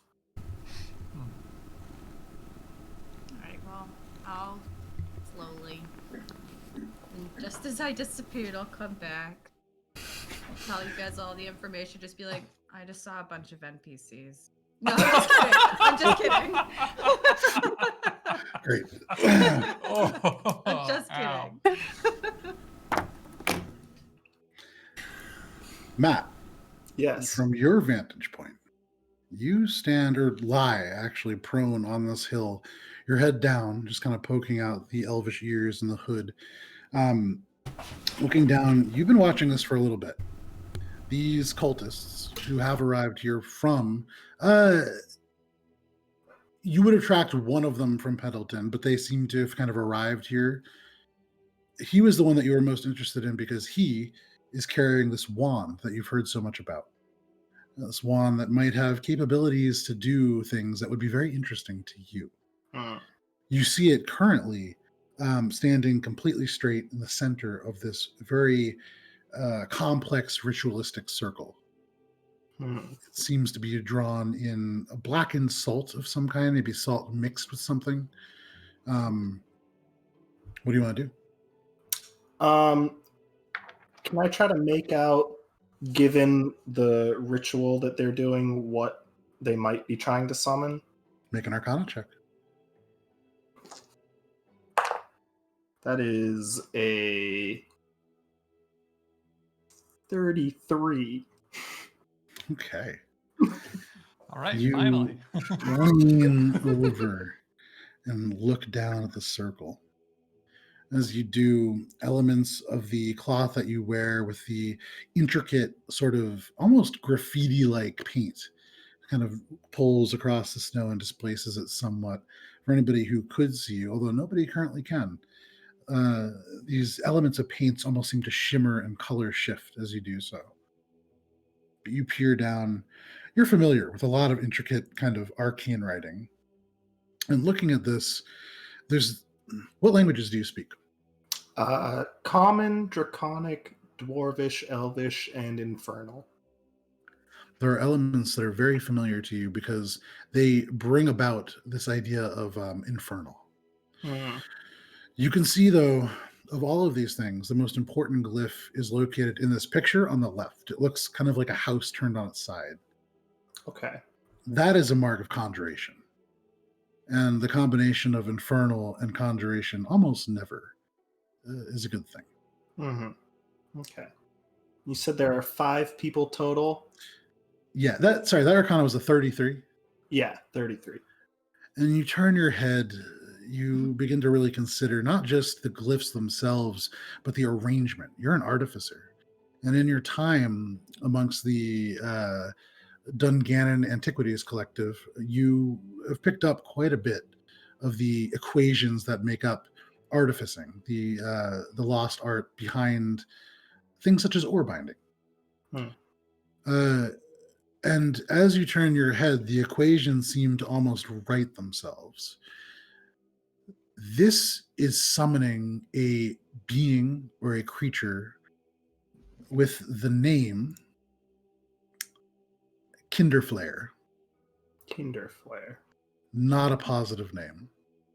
And looking at it more, there are elements you can kind of get the sense this is trying to pull a creature from something known as the Far Realm. It is a alien plane that you've heard a little bit about. It is where it's where a number of odd creatures have come from. Okay.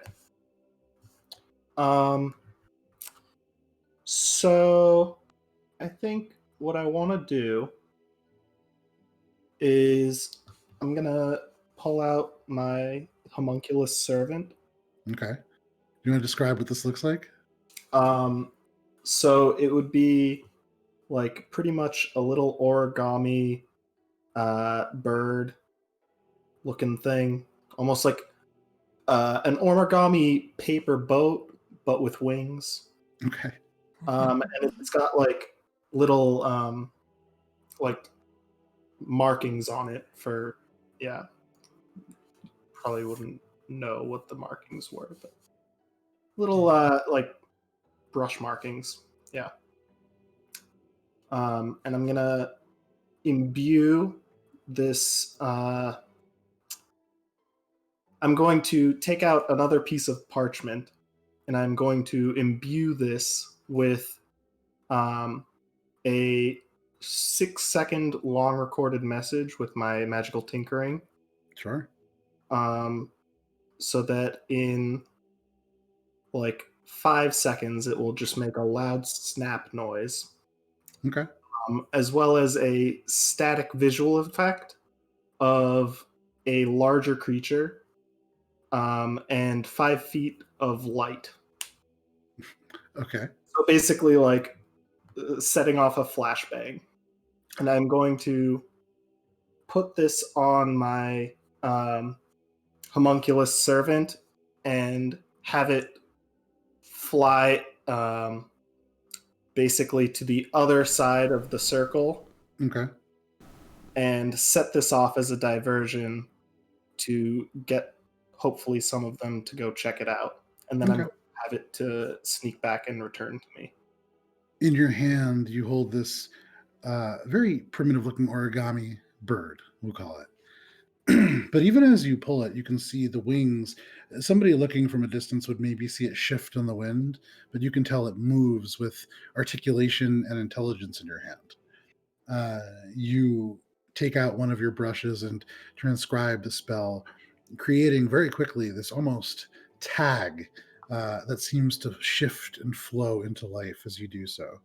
You put this effect on your homunculus and you watch as it off and around to the side.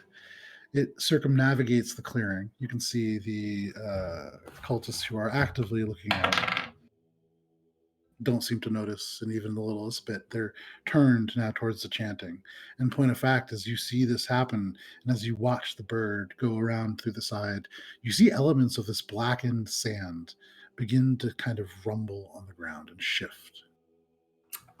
So recognizing the haste that I must take now, Okay. I'm going to, while this is happening, also use my mage hand, which I can make invisible. Okay.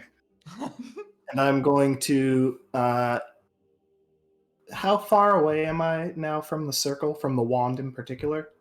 From the wand, you would be 5, 10, 15, 20, 25, 30, 35 feet away. Perfect. I'm going to sneak 5 feet closer so that I'm within the 30-foot range of mage hand, and I'm going to have it come and bring it to me when they're distracted. So, the first thing I need you to do is make a stealth check, and then a number of things will happen. Okay. A number of things. Yeah. Nice. That's a 28. Okay.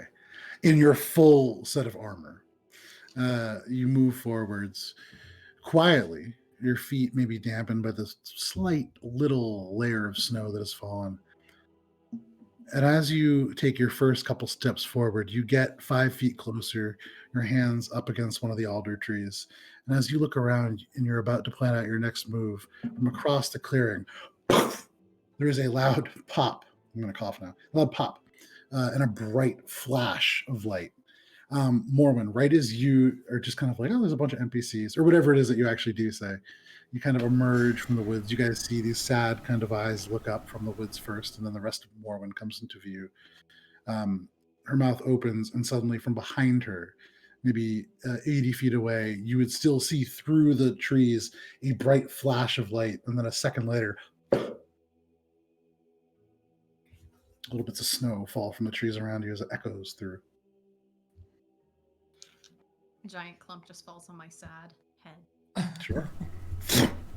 What was that? I don't know. What did you see there? Describe it. Yeah, it's a bunch of guys. And one in particular. You're standing in the circle of stuff. Looked pretty fancy. He was chanting. There was like a book and a wand or something. And then there was like this other random guy who was hiding and not doing very well.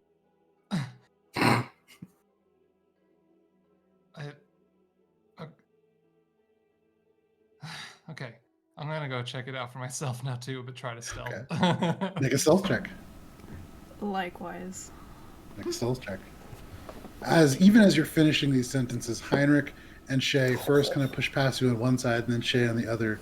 Your shoulders kind of lightly bumped with each one, snow kind of falling out of your fur. Okay. It was bad. Nice. It was a 9. But while we're on the way, I would like to do something if allowed. Okay. Shay? 24. Okay. What are you trying to do? Sort of channel the need to do something and like kind of clenching my fists, almost getting ready to like dump out this weight that's now carrying around inside of me.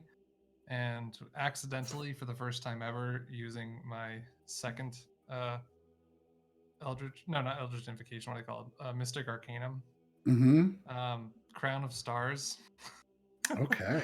Just sort of like, it just happens, sort of like I'm redirecting my sadness into anger.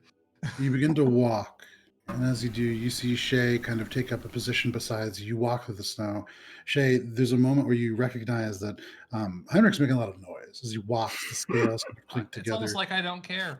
And Shay, you turn to address that, and you see a look on Heinrich's face that is almost alien to you. The closest thing that you've seen to it would have been come from like when I was still doing Azra's bidding. It like, would have long actually ago. been a long time ago aboard the ship when you were engaging an elvish pirate aboard a ship called the Teledrassi, which you guys actually then sunk.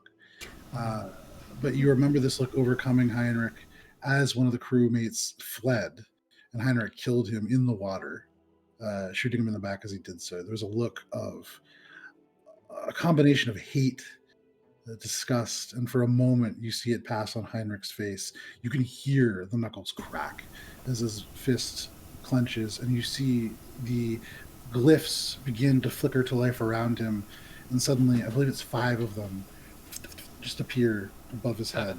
7 of these, and they begin to spin around the antlers, almost a halo of arcane energy. You sense, even at this proximity, there is a power behind these glyphs. Emo Heinrich. Yeah, that's right. I'm angry and sad. From your perspective, Matt, there is this. The cultists turn, and the ones who are on guard, 3 of them, go off in that direction. You can see the one that's chanting stops. That element that was glowing to life suddenly just flickers back, and the sand goes still. You see one of them kind of turn. The 2 look at each other, and I would say from a distance, maybe 50 feet away from you now, you would hear one of them say to the other, "It's a tiefling." They kind of crouch down. You can see, like, readying their weapons for an ambush. They're not very well hidden, Shay. You actually hear this, maybe like 20 feet off from you. Mm-hmm. At this point, Matt, you sneak in. You are within 25 feet. Do you still wish to use your mage hand? Is anyone actively paying attention to? Everybody is turned in that direction. There is that cultist, the one that was chanting, only about 20 feet away from you, and then 5 feet beyond him, there's the wand. Okay, so he's in between me and the wand. Yes. You have direct line of sight on the wand. You'd be pulling it past him. I think I still want to try while I have this distraction. But I'm also wondering, like, what the hell is a tiefling doing here? Yeah. You've seen a number of tieflings in your time. There's several that are employed by the Antiquities Collection, but Dungannon also being just across the Emerald Expanse from Everest, and then actually not terribly far from the northmost point of Mithelstream, the land that the tieflings come from. You've seen more than most people. You've not seen any of the kingdom. Yeah, so I'm just like, what? This is really fortunate and like good timing, but also, why is there a tiefling here?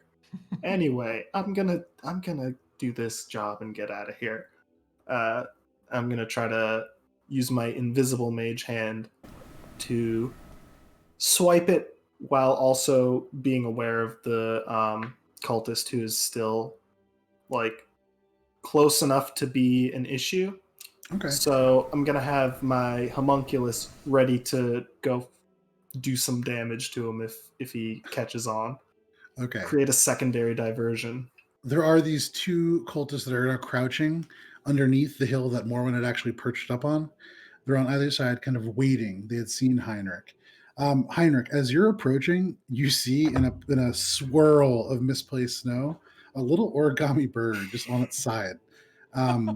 With these strange, you see, and given your background, you see these marks of paint, these elegant marks that actually have almost like a color shift appearance, and you get the sense certainly arcane. Matt, you send this hand out. What was the sleight of hand check? Oh, sorry, I have not done one. No worries. Let me see. That's a 17. Okay, no problem. The hand extends. You can visualize where it is. It's invisible, but you have a sense as to where it is. You sense it pass this garden. Your mind's eye, you see almost this vague trail left by it. You see the wand shake and then lift from the ground, and it begins to pull back. You see this cultist turn a little bit as it does, almost as if they're about to notice. At this point, Heinrich, you are directly on top of this hill, and you can see one cultist, this black ring. You certainly see across the way this armored elf. The armor that they wear, you've seen something similar, older, like a little bit more primitive. on another elf, back in Dinman's ward, on a suit. Similar in terms of the artificing properties, but see, hand outstretched, and you can see this little piece of wood you would recognize a wand, end over end now, begin to go towards him as you have to speed it up because this cultist begins to look, but then suddenly looks up as the two on either side launch an attack. And I need everybody to roll initiative. Nice. Yeah, a lot of stuff happening all at once right there. Oh, I'm going to use my advantage on initiative. Okay, good. Nice. This character is nothing like Guntir. That's nice. a bad thing. No, it's like so far so good. Succeeding at stealth and not doing terribly at much of the other stuff. That's not a bad thing, you know? Yeah. Alrighty, So far, so so... good. Whew, okay. Alright, anybody natural 20? Alright, 25 to 20? 23. 23, 22. 23 Shay, you're on the top. 22 is Morwen. Anybody 20 to 15? 17. 17 at advantage for Akka. And then Heinrich, what do you got? 13. 13. You know what? All in all, not bad. So, Okay. Just walking right into this.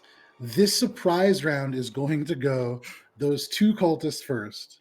And then Akka, because you're watching this happen. And then at that point, we'll go back into the regular initiative order. So from this kind of hidden position, Heinrich, you do have the high ground. And so this is at disadvantage, technically. Because you're unaware of the attack, it would be at advantage. It's just a flat roll. Each of them swings the sword. That is going to be a 13 and a 12. So as they swing out, you hear this kind of twin set of grunts. You can see wearing almost like white, sort of a little bit dirty cloth over relatively normal like leather armor, holding scimitars and a very, very basic buckler shield. They swing out at you. You're able to just step away from this hillside, and you leave them about 5 feet in front of you, but easy enough. That is their kind of surprise turn. Akka, what are you doing? You see them swing as this tiefling crests the hill, almost this dark clay skin, these antler-like horns. This crown of celestial glyphs glowing and swirling like a halo over their head. So I want to, without touching the wand, return my mage hand and have it put it in my bag. Okay. It returns to you. And then I'm just gonna see like, okay, I've succeeded. Now let's just like, I want to see what plays out real quick. Like what's going on with this tiefling.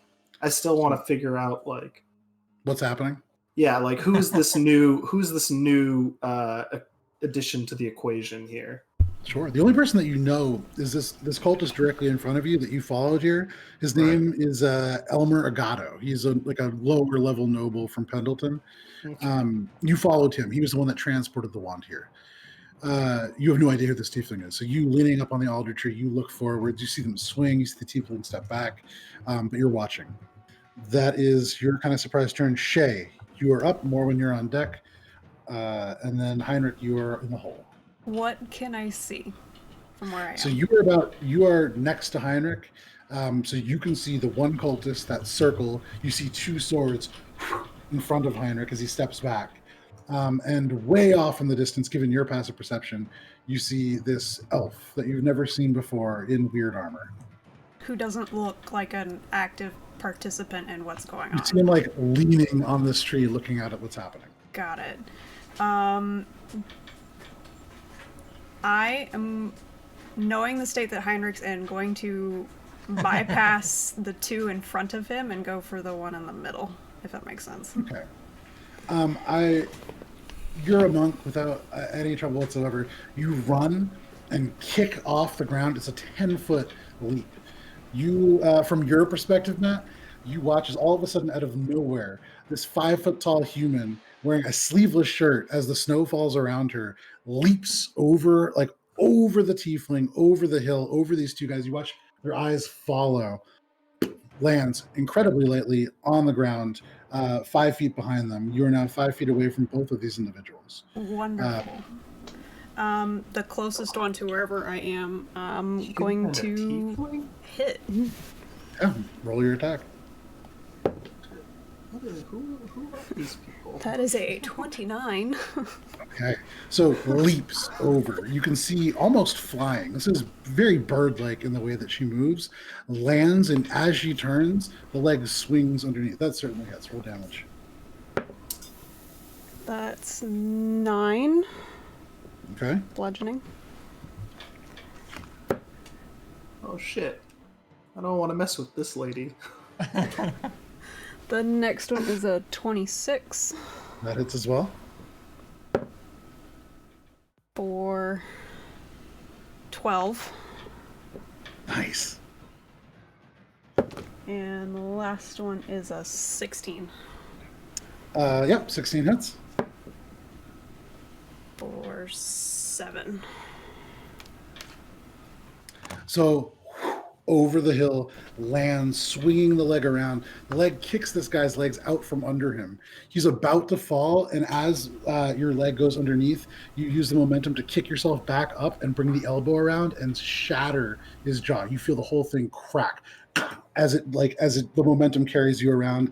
He doesn't fall to his feet. It brings him back up to a standing position. He is hurt. You can see the jaw broken, blood beginning to run out of his mouth.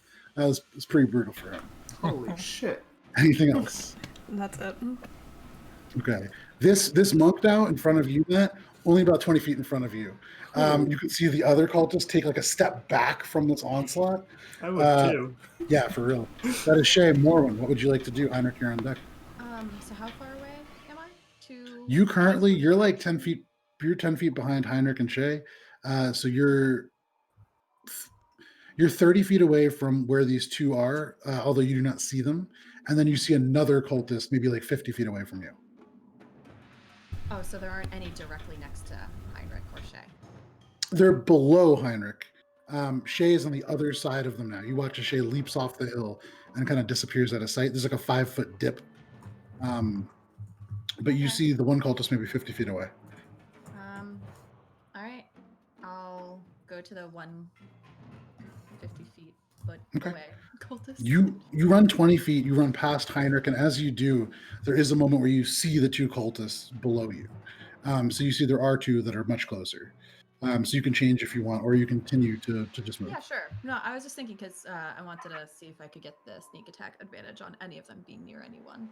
Currently, the two that are directly beneath you are very much focused on the human that just beat the shit out of one of them. So at the moment, you'd imagine you probably More could. distracted. If they both Left are. or right? Right. Okay, make your attack roll. Make it an advantage. Yay. Oops. Oh well. You get advantage for a couple reasons. You have the high ground on this. They're very much distracted. I have the high ground, Anakin. Don't Yeah, try every time it. I've said high ground, I've waited for somebody to say Can't something about not it. forever since It's a 26. 26, that hits. So roll damage and roll sneak attack damage. Okay. It's been a And this is with while. loose, right? Yeah. Okay. Phew.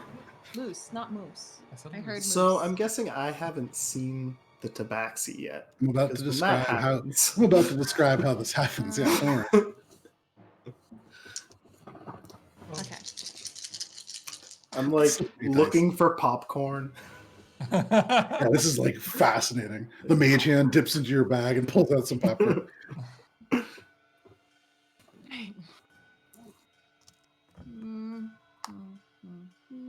That's 28. 28. So, Matt, you watch the monk go out, bam, cracks this guy's jaw almost off his face. As he staggers there, kind of bloody, the other two behind him turn, and you can see them beginning to react. And suddenly you see these two eyes appear over the hill, these two cat-like ears, and then like a shadow slithering over the top just liquefies and then appears next to this guard. It is a tabaxi. You've heard of them, but you've never seen one. This is like a cat-like person, much more feral looking than you would imagine a tabaxi to be.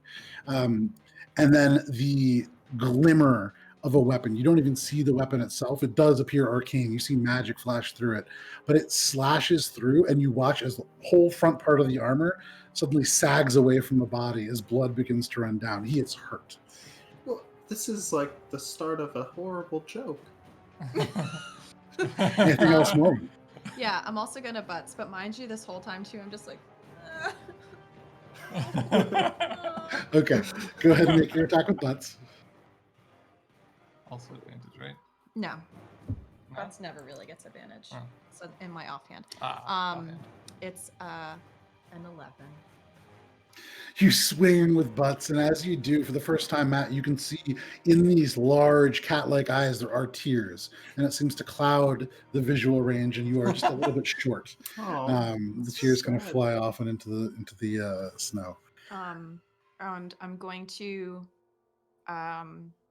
take a few steps back, maybe 10 feet back. Okay, you dart back. This guard human swings out at you.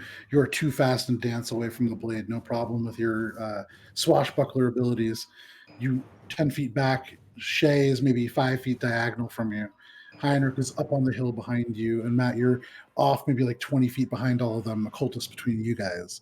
That is your turn, Morwen? Yeah. Heinrich, what do you want to do? So, pulling all of my will together, all of this is non-lethal damage, if I can muster that. We'll see. As best as I can. We'll see. As You're best intending as I it to be can. non-lethal. Okay. It's hard. I rolled for it and I got an 11 on a lows and highs of can I withhold that. Okay. And so, in a way, Okay. 50-50 chance. Sure. One Eldritch Bolt on the one that Morwen just hit, 2 on the other one, and push him. Okay. And then Yeah. bonus action, use one of the motes to hit the main cultist that Shay just like hit. Okay. For sure. Roll Yeah. the Eldritch Blast first. So just- So first the one at the one. Yeah. First the one at the one that Morwen hit. Yeah. Okay, that's 17. That hits. Okay, we'll just do the damage right now for it. That is 14. 14 damage. Okay. Hang on just one sec. 14 force, apparently, if possible, non-lethal. You pull your hand forwards, and now, Matt, you see the tiefling reappear on top of the ridge. I'm doing it in like a sweeping action too, so like one Oh, bolt, God, he's okay. mote, 2 bolts kind Sure. of thing. As the hand moves across, there is this poof of this invisible force energy that ripples around. You see these glimmering runes that from here you cannot quite read that spin into life. Very Doctor Strange like in a disc around the hand before this bolt out. It strikes the same one that the tabaxi hit. The armor that was like falling away from that strike now like rips free as the body spins around and falls into the snow.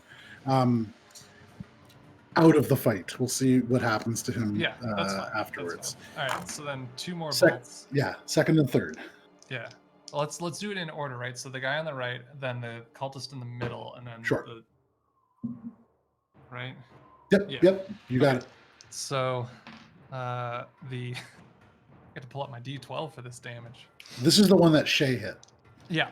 And this is the Yeah. one that I'm just trying to like seemed to be the leader, so just ending that guy will Sure. hopefully do something. Does a 24 hit? Yeah, that hits. Okay. So that's 3,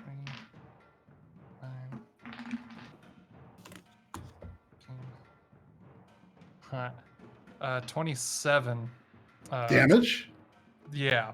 With the Fuck. bonus action whoop thing. Hang on to the bonus action. So Well, no, you- that is the bonus action, know, like yeah, mode yeah. for my head thing. So Matt, from your perspective, this dead.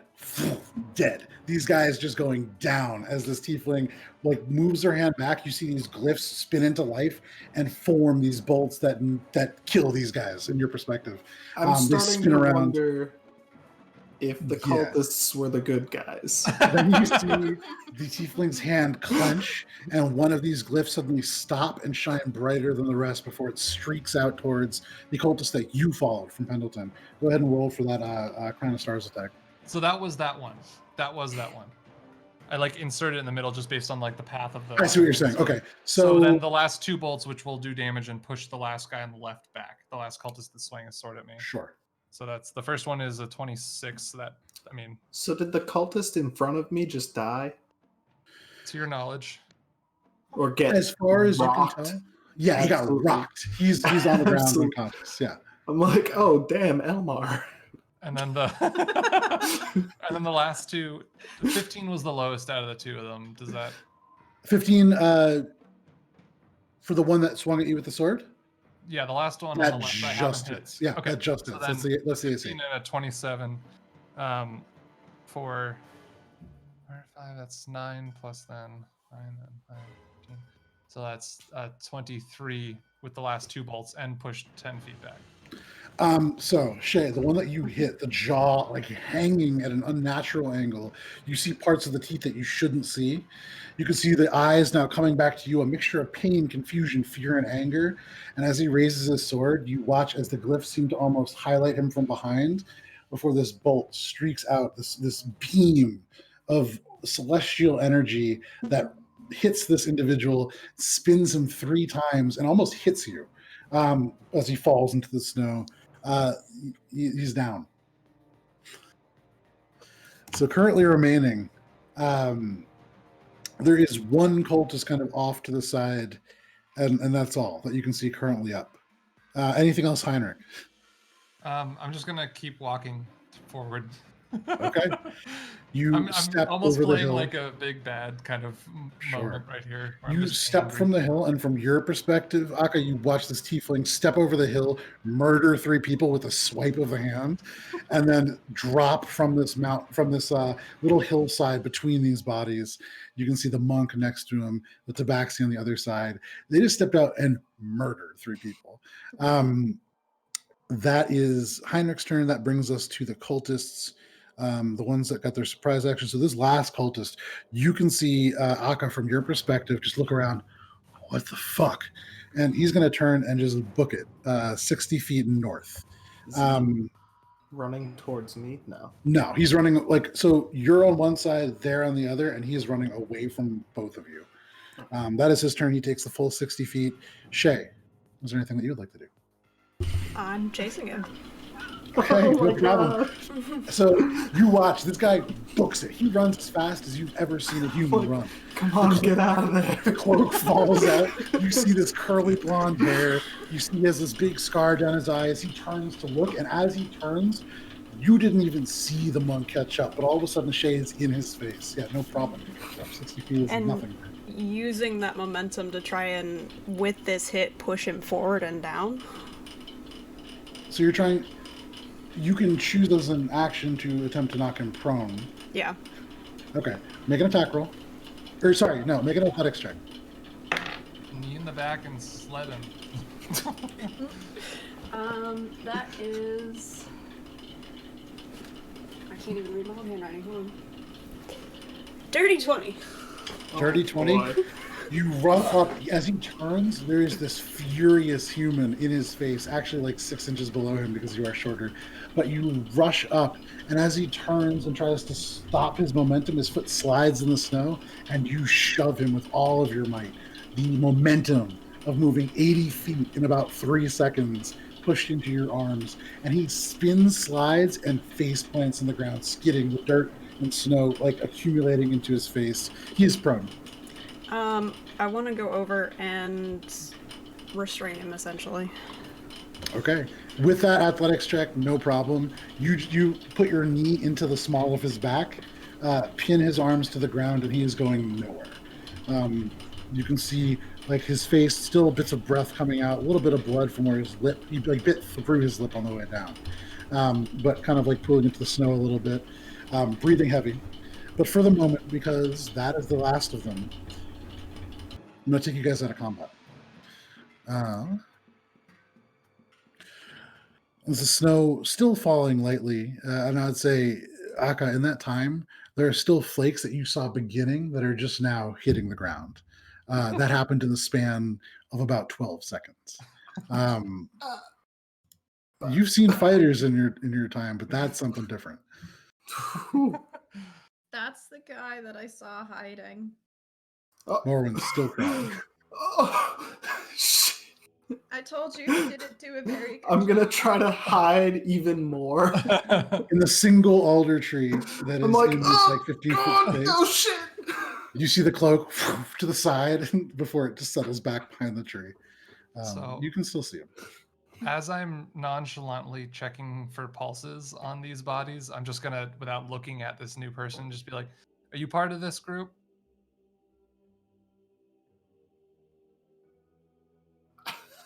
Are you part of this group? Is it clear that he's talking to me?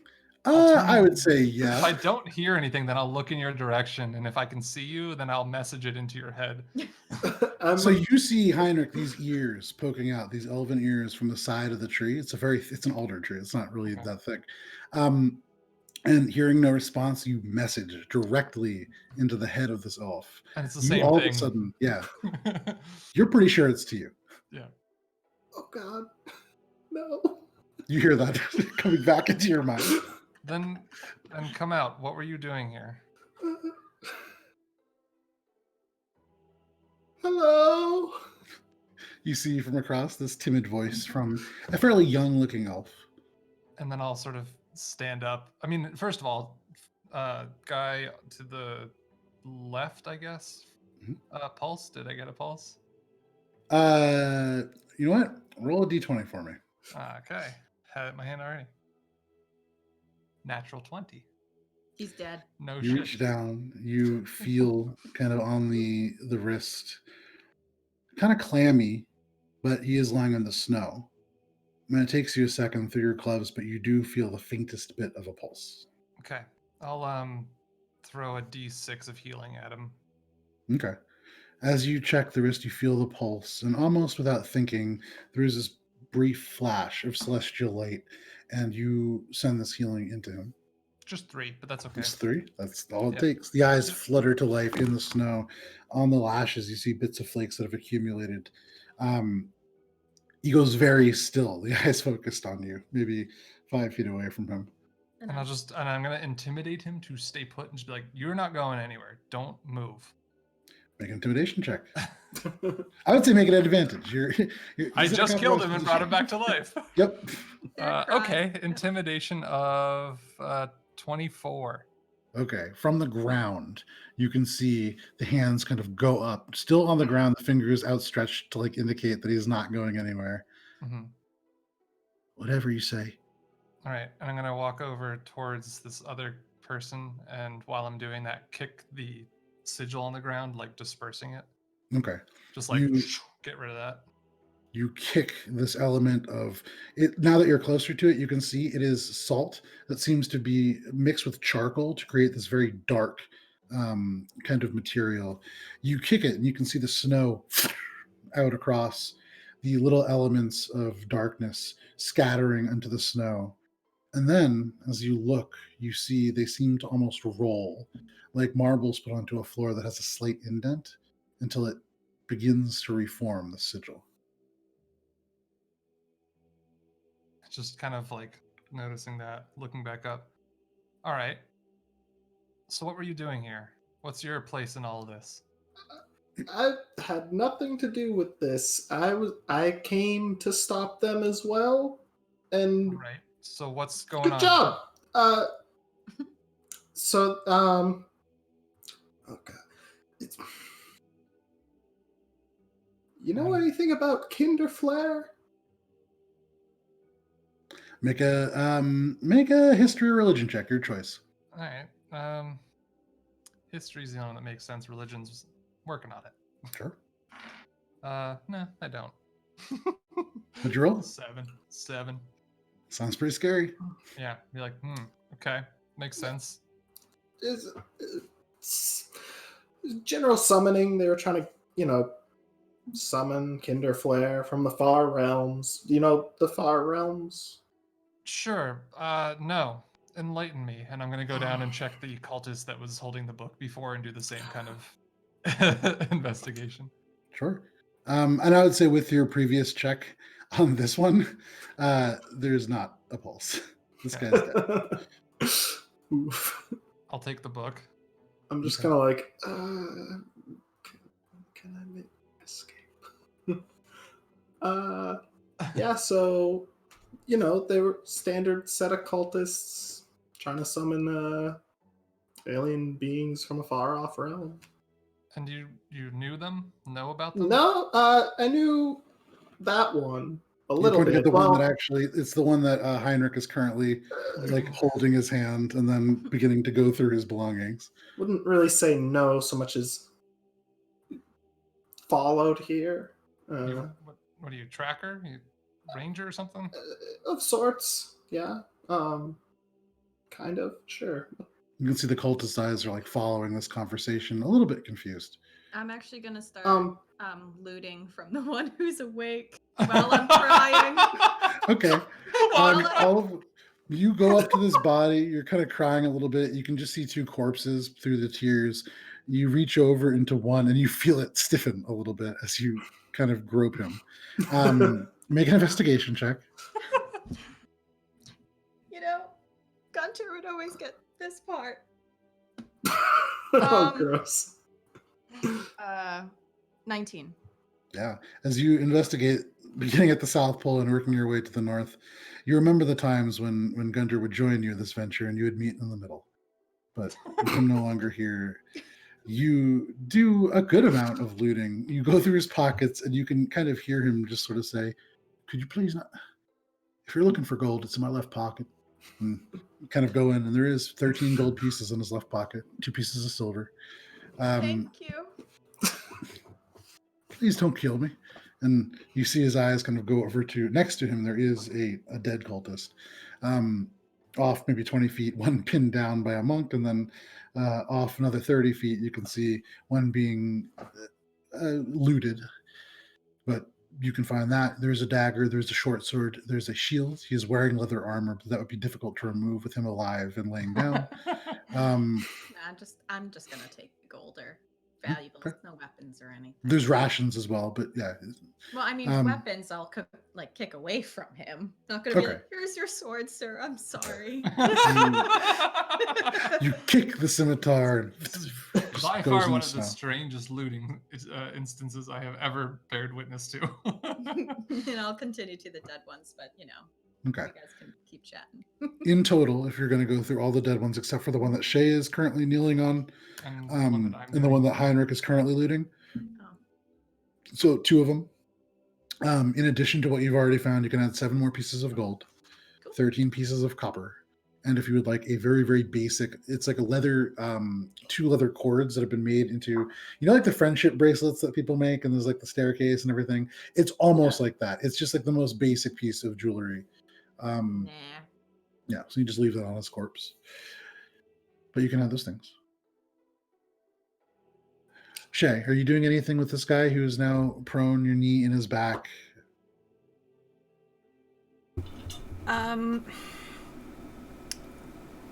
What's your name?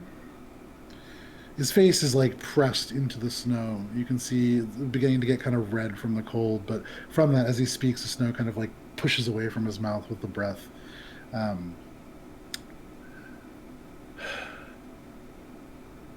What does it matter to you? You won. Take what you want. Take the wand. Anything. I don't want anything from you. I want to know your name. Did I hear him say that? Yeah, they're not that far from you. They're like 30, 40 feet from you. At the next moment where I am not being paid attention to, I want to cast invisibility on myself. Okay.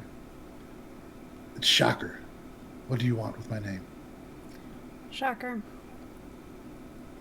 In a minute, we're going to stand up and we're going to walk back to the rest of your friends. If you try to run, I won't spare you a second time. How long do we have to lay here? I said we were going to get up in a minute. We're gonna walk back to your friends, and you will sit down once we're over there. Okay. And then I'm gonna, like, put a hand on his shoulder and You stand can see his up. eyes shut tight as you do that. But you stand up. As you do, you realize you didn't before because you were pinning him very effectively to the ground, but he is shaking. You stand up and you feel confident that he is not going anywhere until you say There's so. yellow snow. And I'm going to half assist and half guide him back over to the rest of the group. Okay. And kind of shove him into a seated position when we get there.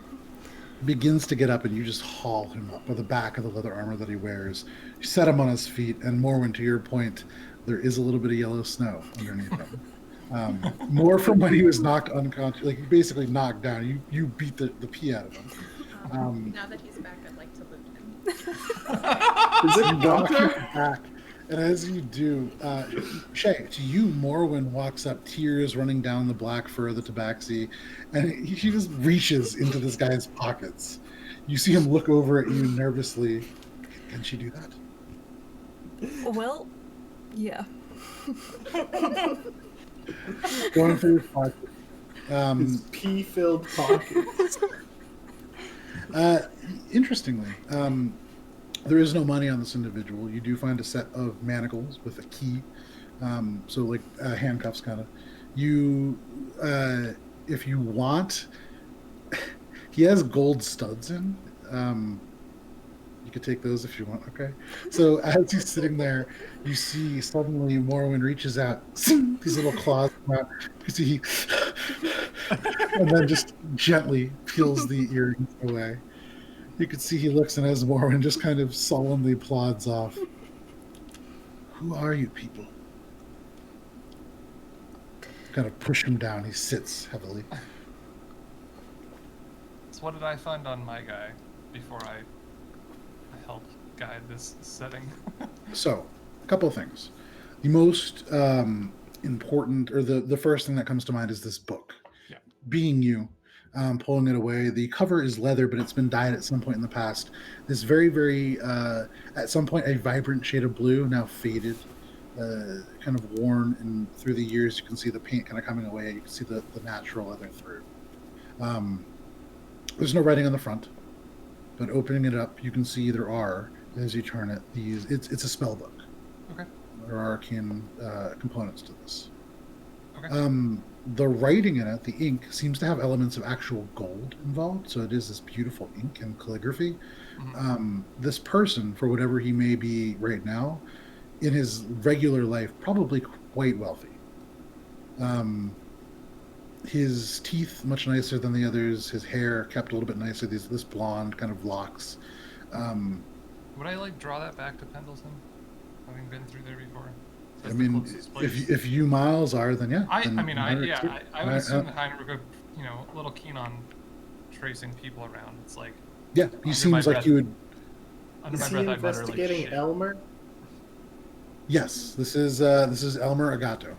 I'm Yeah. just kind of like slowly backing away, ready Okay. to make my move whenever. I would say at this moment, I mean, you're at least 10 feet away from the nearest person who is sobbing. So you could probably cast invisibility. I'm gonna do so.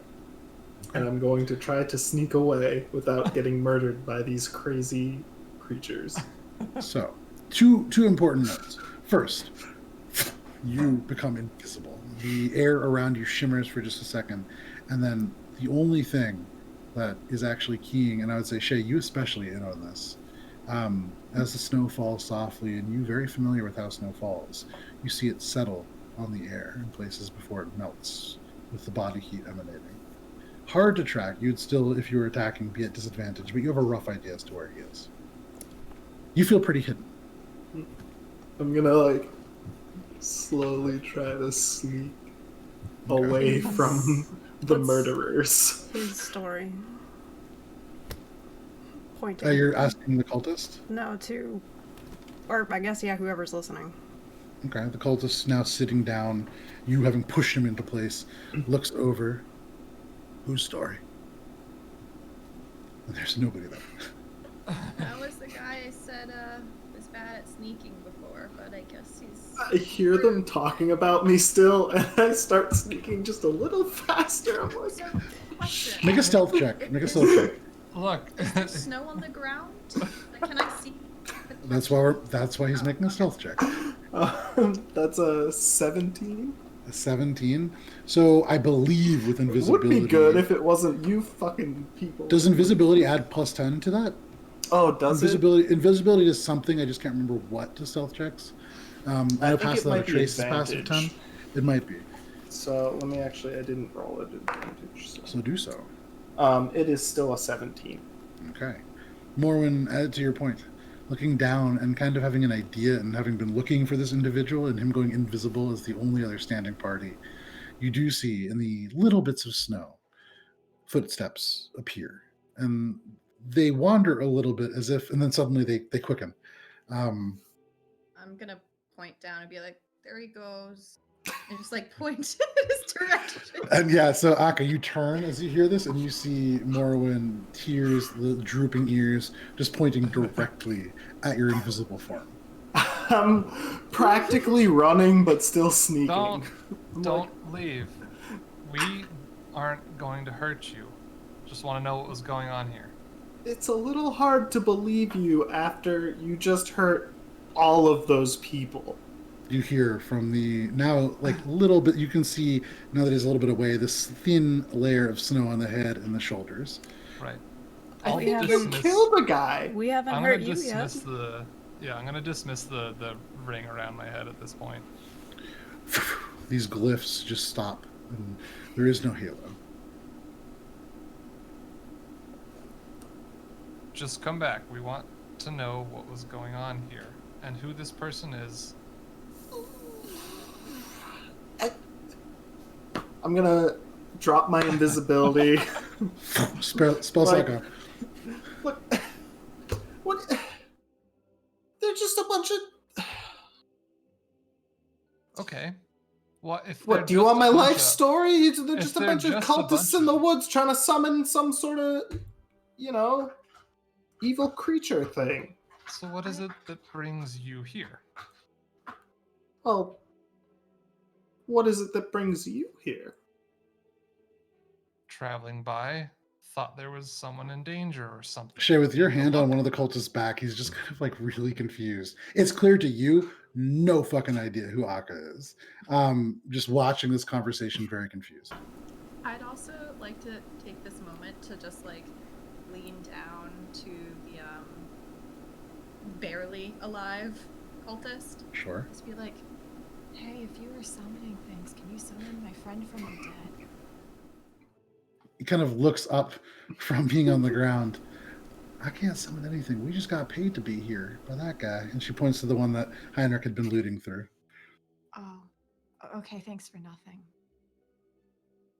Huh. And he just kind of lowers his head back onto the ground. Look, I don't really care what happens to these people. I got what I wanted from this situation. You were right. The danger was here, but I think you were misunderstanding what the danger was. And what? It was you. You were the danger. You just murdered a guy. All right. He's a noble. A noble. Right. Yeah. Well, Got that from the book and his low teeth. level. So what is it that you were after? Oh, nothing. Just, one Insight of the things check. Make an insight check. Absolutely, me too. Grilling, but trying to come down off of the intimidation level. Two of you guys can make insight checks, absolutely. Shay's actually really good at this. She just didn't ever do it. 26. Okay. I got 17. Okay. I don't care. With 26 to 17 and tears, what are they insight from you? Yeah. Of course I'm lying. I'm here for a reason. Yeah. Didn't just stroll through to watch these cultists and fuck off. Look. It was a very interesting fucking... Was not expecting this. Look, we just came from Thousand Gates investigating something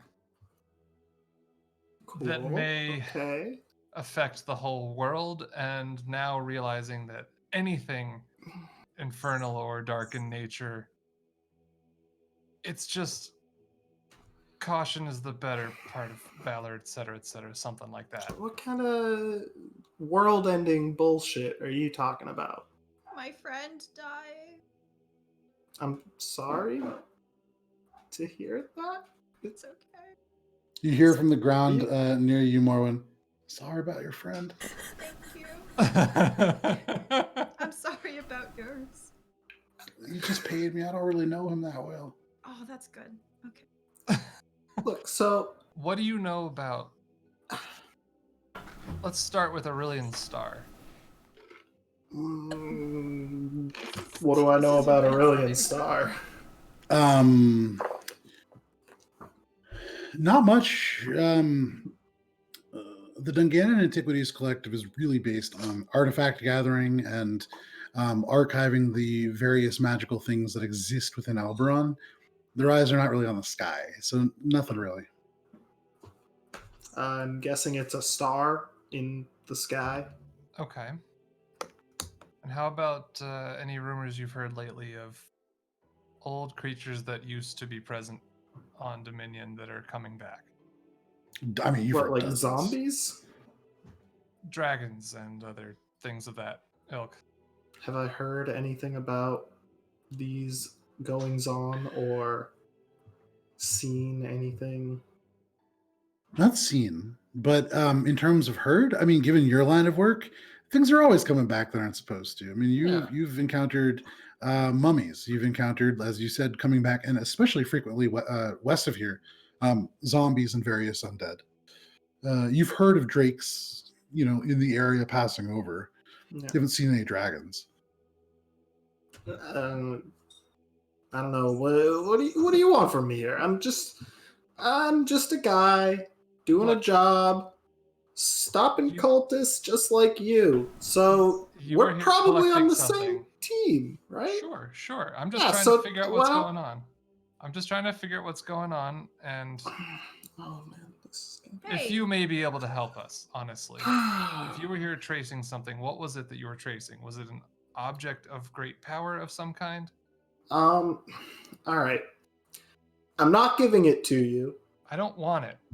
I'm gonna float up the wand from my bag with my invisible hand. No, I don't So- want a stick. So basically, it just like floats up, and I'm like, I got this. It was what they were using to summon him, okay? And then put it back. What floats up is it is a stick, to Morwen's point. However, perfectly cylindrical, very thin, and you can see the patterns of the grain of this wood are endlessly complex. There is a wonder to these intricate shapes and not shapes. There is, when you look at it in some ways, almost a mandala effect where you can swear it's symmetrical and there is a pattern, but as your eyes look at it, they're lost in this almost swirling wood grain. It's certainly magical. Okay. Yeah, so you do magic. It's a wand. You Do Just you a wand. know? That's... just collect just things, a wand. or do you make them as well? Is this an interview now? What are you? Yeah, I Call have a it question next. Curiosity. Oh my gosh. So you're curious and a murderous bunch. Yes, I have some ability to make and fashion things, not of this quality, but sure. Yeah, okay. Is that good enough for you? Can I go? I'm going to turn to No, Shay and just I like, have a do you think he knows of the trio that make up Staff of Twisted Fates? Do you say that out loud? Yeah, a little carelessly. But So, like, kind of quietly. Aka, you have heard of the Staff of Twisted Fates. It is one of the tri-wards, which you know quite a bit about.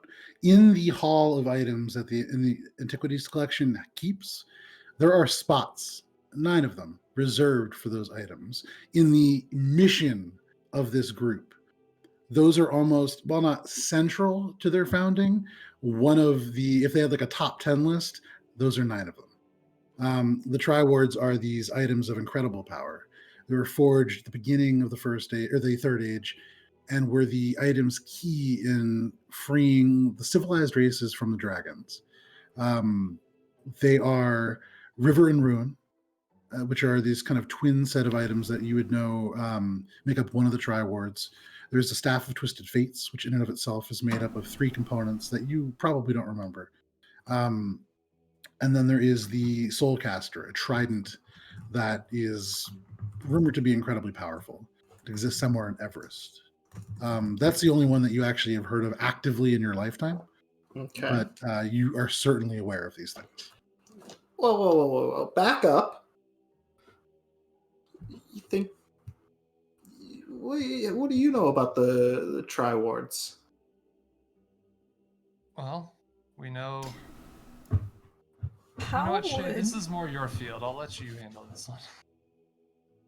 we potentially may have a job for you if you're interested? Morwen, from beneath you, the guy kind of looks up again. Can I have a job too? Yeah. Can you tell me where the nobleman lives? Because now that he's dead, we can probably get a lot more money than he's feeling yet. I didn't know Elmer was a nobleman. Oh, is he not? I thought that's what this guy said. I don't really know him. He just kind of gave us money to come out here and guard this ritual. Oh. Well, I don't know then. I don't know, man. His head just goes back down to the sky. This poor guy, he's like a fucking peasant. Okay, wait. What kind of job? It's... we are chasing the legend of the staff. May have a lead on an item, part of it. Though there is a little bit of a need for some crafting ability. All right, so I don't know where you come from, but you're going to need to give a little more specifics if you want me to actually take on this kind of deal. You know, you can... If you're talking about the Staff of Twisted Fates, that's, you know, I'm going to need more than just, we might need to find it.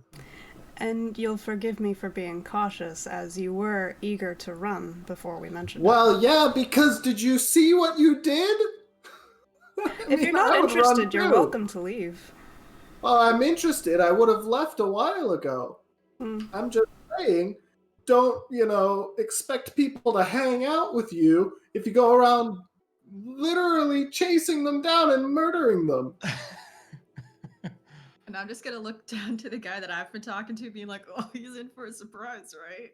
He just nods fearfully. Whatever you say, whatever you say. This guy's my friend now. We have, with utmost confidence, the location of a part of the Staff of Twisted Fates. Where? You will have to join us to find out, but we know how to get there. The other hitch is that it may not be in the best state and may need some sort of repairing. Fortunately, we know of a location to do that. None of us have the capabilities or skills to do that, but you seem pretty... Well, your armor is unique, and it reminds me of this other that we met in our travels. So you think because I have fancy armor that I can recreate the Staff of Twisted Fates? I'm connecting a few dots and just wondering, but it's more of I think you should work on coloring books before you start connect the dots. Excuse me. Wow, that's great. Well, never mind then. You seem otherwise occupied. Oh, whoa! You just, it's a tall order when you start talking about the Staff of Twisted Fates here. So, give me a minute, give me something to like work off of. You guys are still, it's like, oh my gosh, talking to baby children. Or just cautious. If you've been through what we've been through, you would be too. Hey, Heinrich. Caution would be not telling anyone anything about what you're doing and getting the fuck on your way after you murder random cultists. I agree with him. Why are we letting these other guys listen to this whole thing? If you're worried about caution. You brought this guy back to life just to listen to our This whole one plan? makes sense. Thank you. Are you a tabaxi? I gave it away. You see this large black cat person standing in the snow. Just never seen a tabaxi before in these parts. Yeah, well, it's first for everything. Now, Heinrich, can we let these poor guys go? Sure. You should maybe just like give them over to the proper authorities. Yeah, we're heading to Pendleton anyway. I mean, I guess that's why you murdered. I don't even know how many of these. Show of hands, how many of you are still alive? You can see the one that is kind of nearby Shay, the hand just raised ever so slightly. The one next to Morwen, he looks up at you, Morwen. Can I raise my hand? Go ahead, buddy. Off the snow. So 2 out of 5. Mhm. So, yeah, I mean, I guess at this point, what's 2 more if you don't have the time to actually, abide the law? I think we'll bring him along too. Why not? Yeah, I guess, taking prisoners is definitely better than just outright murder. Jobs. Yeah, I'm gonna turn and just say jobs to them. You want to look for a Staff of Twisted Fates with us? So you're going to have these... I want to not die, so whatever it takes to do that, sure. Oh, I can't guarantee that. Not by Oh our my hands, goodness. at least. Gotta be honest, can't promise that, but I won't kill you. He goes real quiet. Ooh. So look, if you have a piece of the Staff of Twisted Fates, I would be interested in helping you. I need to consult with some people before I can make it official. But I'm sure we can work something out, as long as you aren't going to kill me. We have no reason to kill you. You see Aka's eyes wander to the corpses around you. Oh, and then my eyes pointedly wander to the circle and then back to the wand and say, I don't know, seemed nefarious. Wait, also, who are you? What's your name? Have any of us asked this yet? Nope. Who are you? You can call me AK. How do you spell that? Just kidding. Okay. Okay, AK? Whatever. Right. So, give me a minute. Sure. And, I have to talk with these as well. Maybe, deal with the bodies that you murdered. I don't know. Let these 2 go. Send them to... I'm already turning around to go and talk to the 2. Okay. I'm going to try to just send a message to... Are you casting Sending? No, I'm going to utilize my faction agent ability, and I'm going to just I'm going to have my homunculus basically send the message to one of the operatives that I would know is nearby to just send a message to. Okay. That'd probably be a Nocturne. Yeah. So I'm going to have it fly there to send the message. Okay. And then return. Or I guess I'd just make a new one because it's made out of paper. Yeah. So, what is the message that you're sending? Can I write it and send it to you in a private message? Sure. Okay. Heinrich, you approach these people, and what do you say? So you said you guys were hired with no prior affiliation with this gentleman over here, pointing to that nobleman guy. The one that is not the one that Morwen's been talking to nods. Yeah, we met him in Nocturne. Nocturne. Okay. Is that where you live? Yeah, that's where both of us are from. All right. Do you guys like adventuring? You can see they exchange a glance, and then they look over at these dead corpses, kind of the other members of their party, littering the battlefield. And you can see he shakes his head no. No? I think I'm done with adventuring. Okay. And if you go back to Nocturne, what are you going to say? To who? To anyone. What happened here? I'm just going to go straight to the Dreamer's Den, and I'm going to forget everything that ever happened. And then I'm going That to sounds like a good idea, buddy. I'm going to look real don't get close me into his started on face. I'm going to look real close into his face and then message him and be like, you do that. You can see his head first goes back away from you as you get closer, and then suddenly jerks, like as far as he can get back in his current state. And he just nods. And I'll just turn to the other one and do the same thing. And you too. Nothing happened here. Bad job. No details. He just kind of nods. Okay, whatever it takes, as long as I can live. And then I look to Shay and Morwen. I don't care. And just sort of like, off you go. You can see first the one that Morwen talked to slowly gets to his feet. Still very unsure about all of you.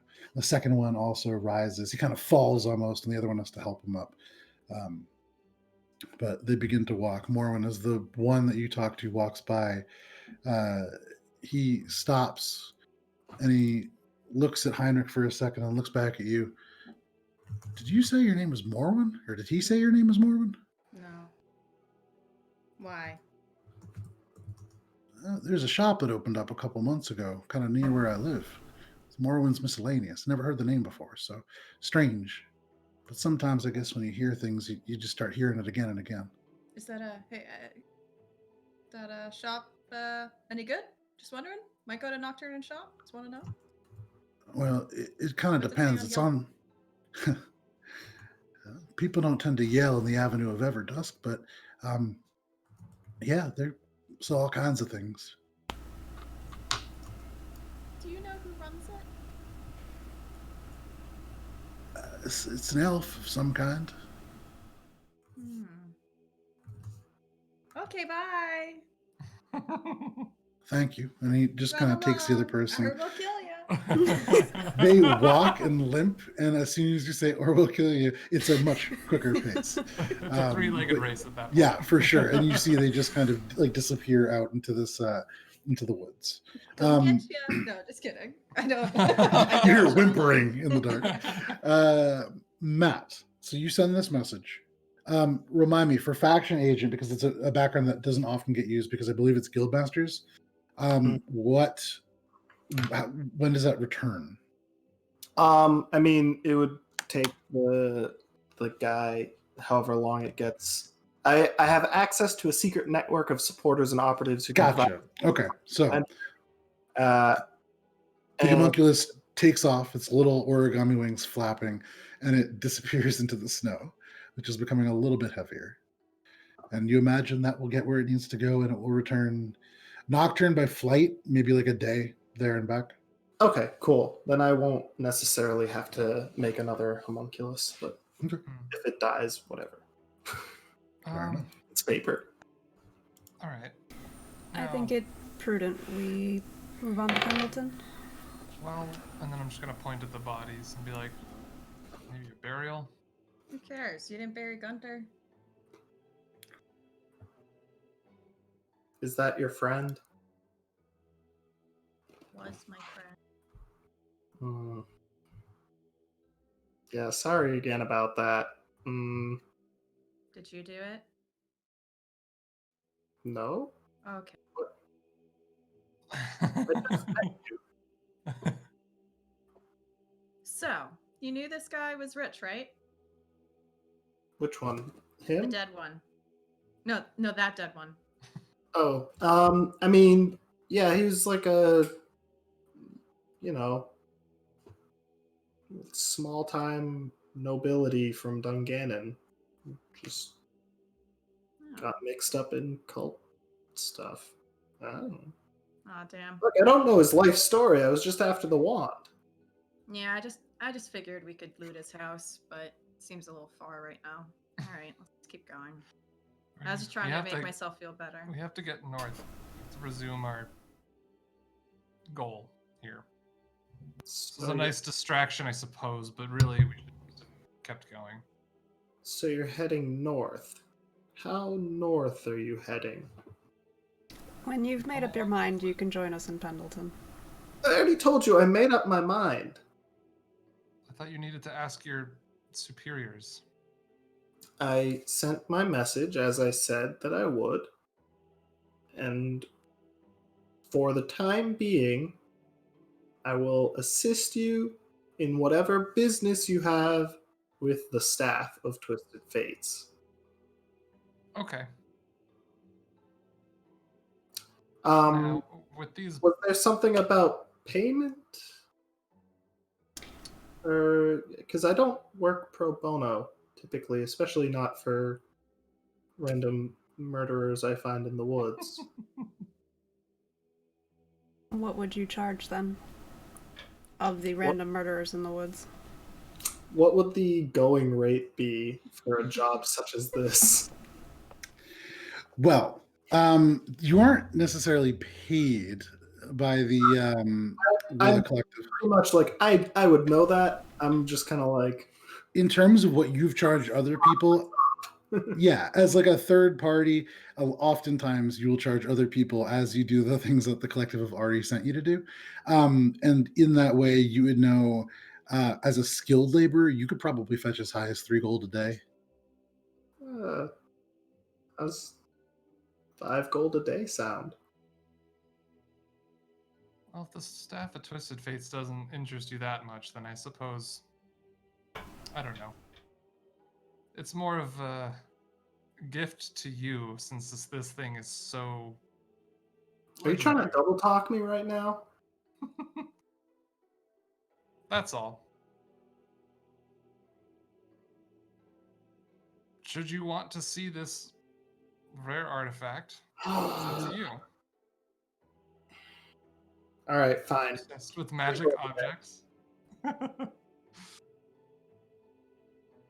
You drive a garden. So what do you guys say to 3 gold? I'll just kind of say like, okay, well, good luck finding someone who knows the location. And I'll just turn and start walking. Okay. Your boots crunch in the snow, now almost an inch deep. Oh, come on, 3 gold a day. That's reasonable. I need to eat. You'll be fed. All right, if you're Kept gonna safe, apparently, since you seem to not have any combat prowess, as much as just hiding. Yeah, okay. Rough.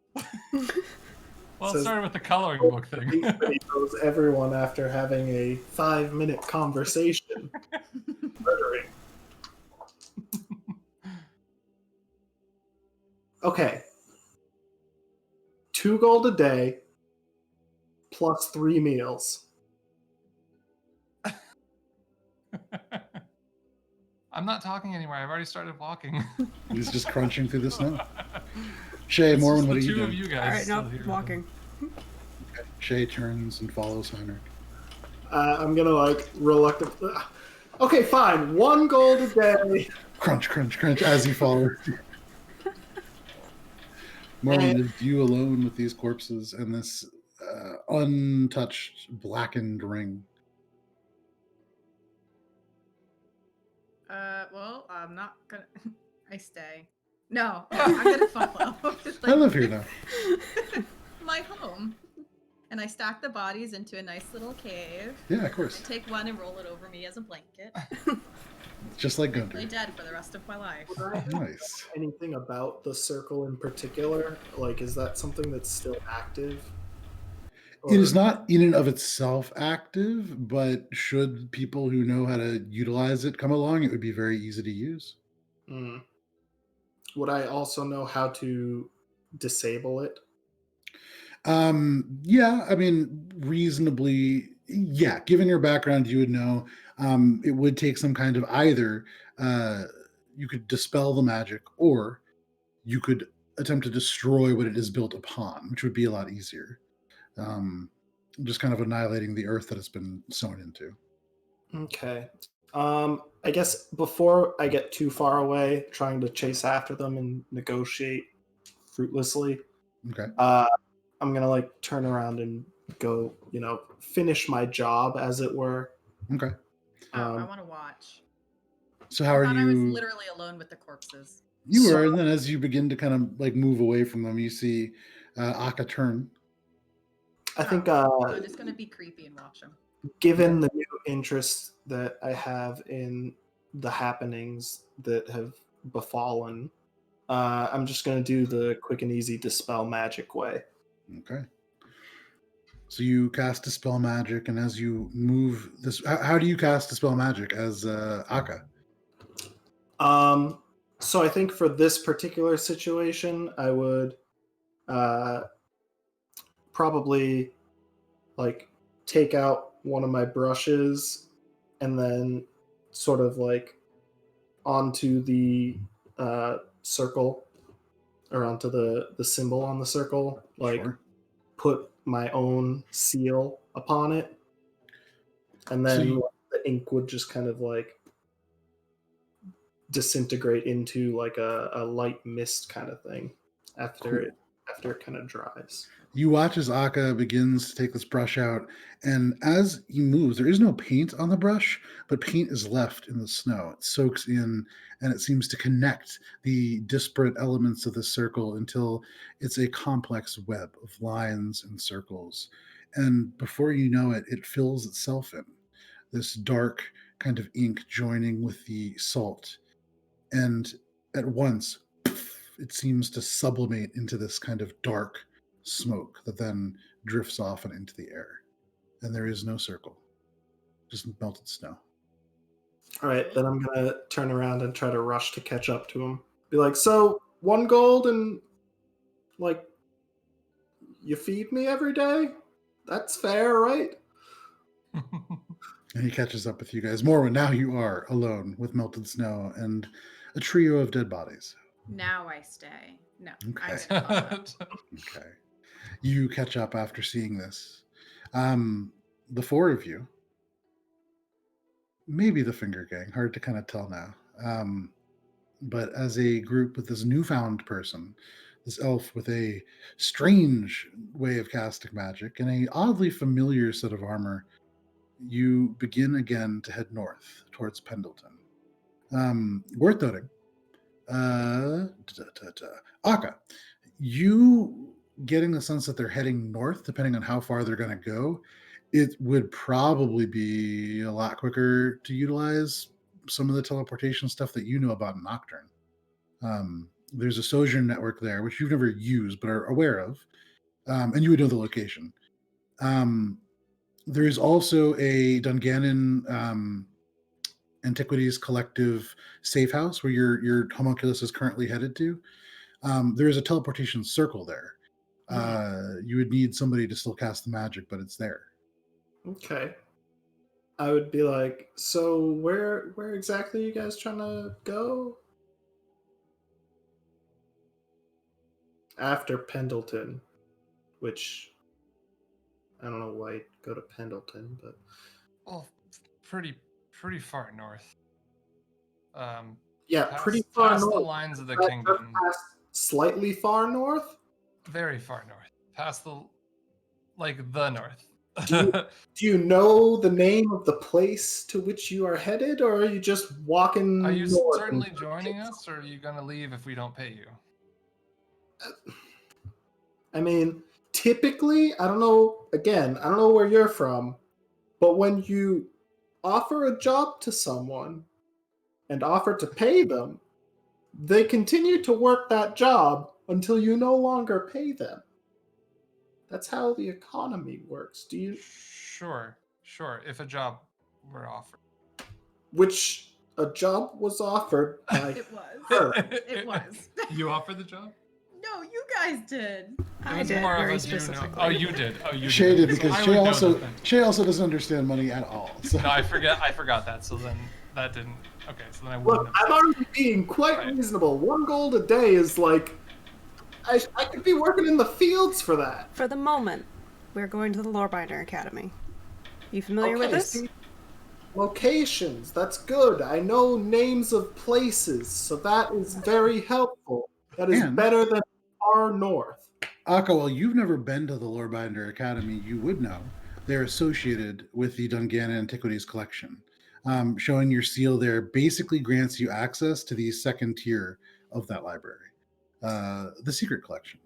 You have this relationship because there is a lot of overlap between your interests and some of their interests. Okay.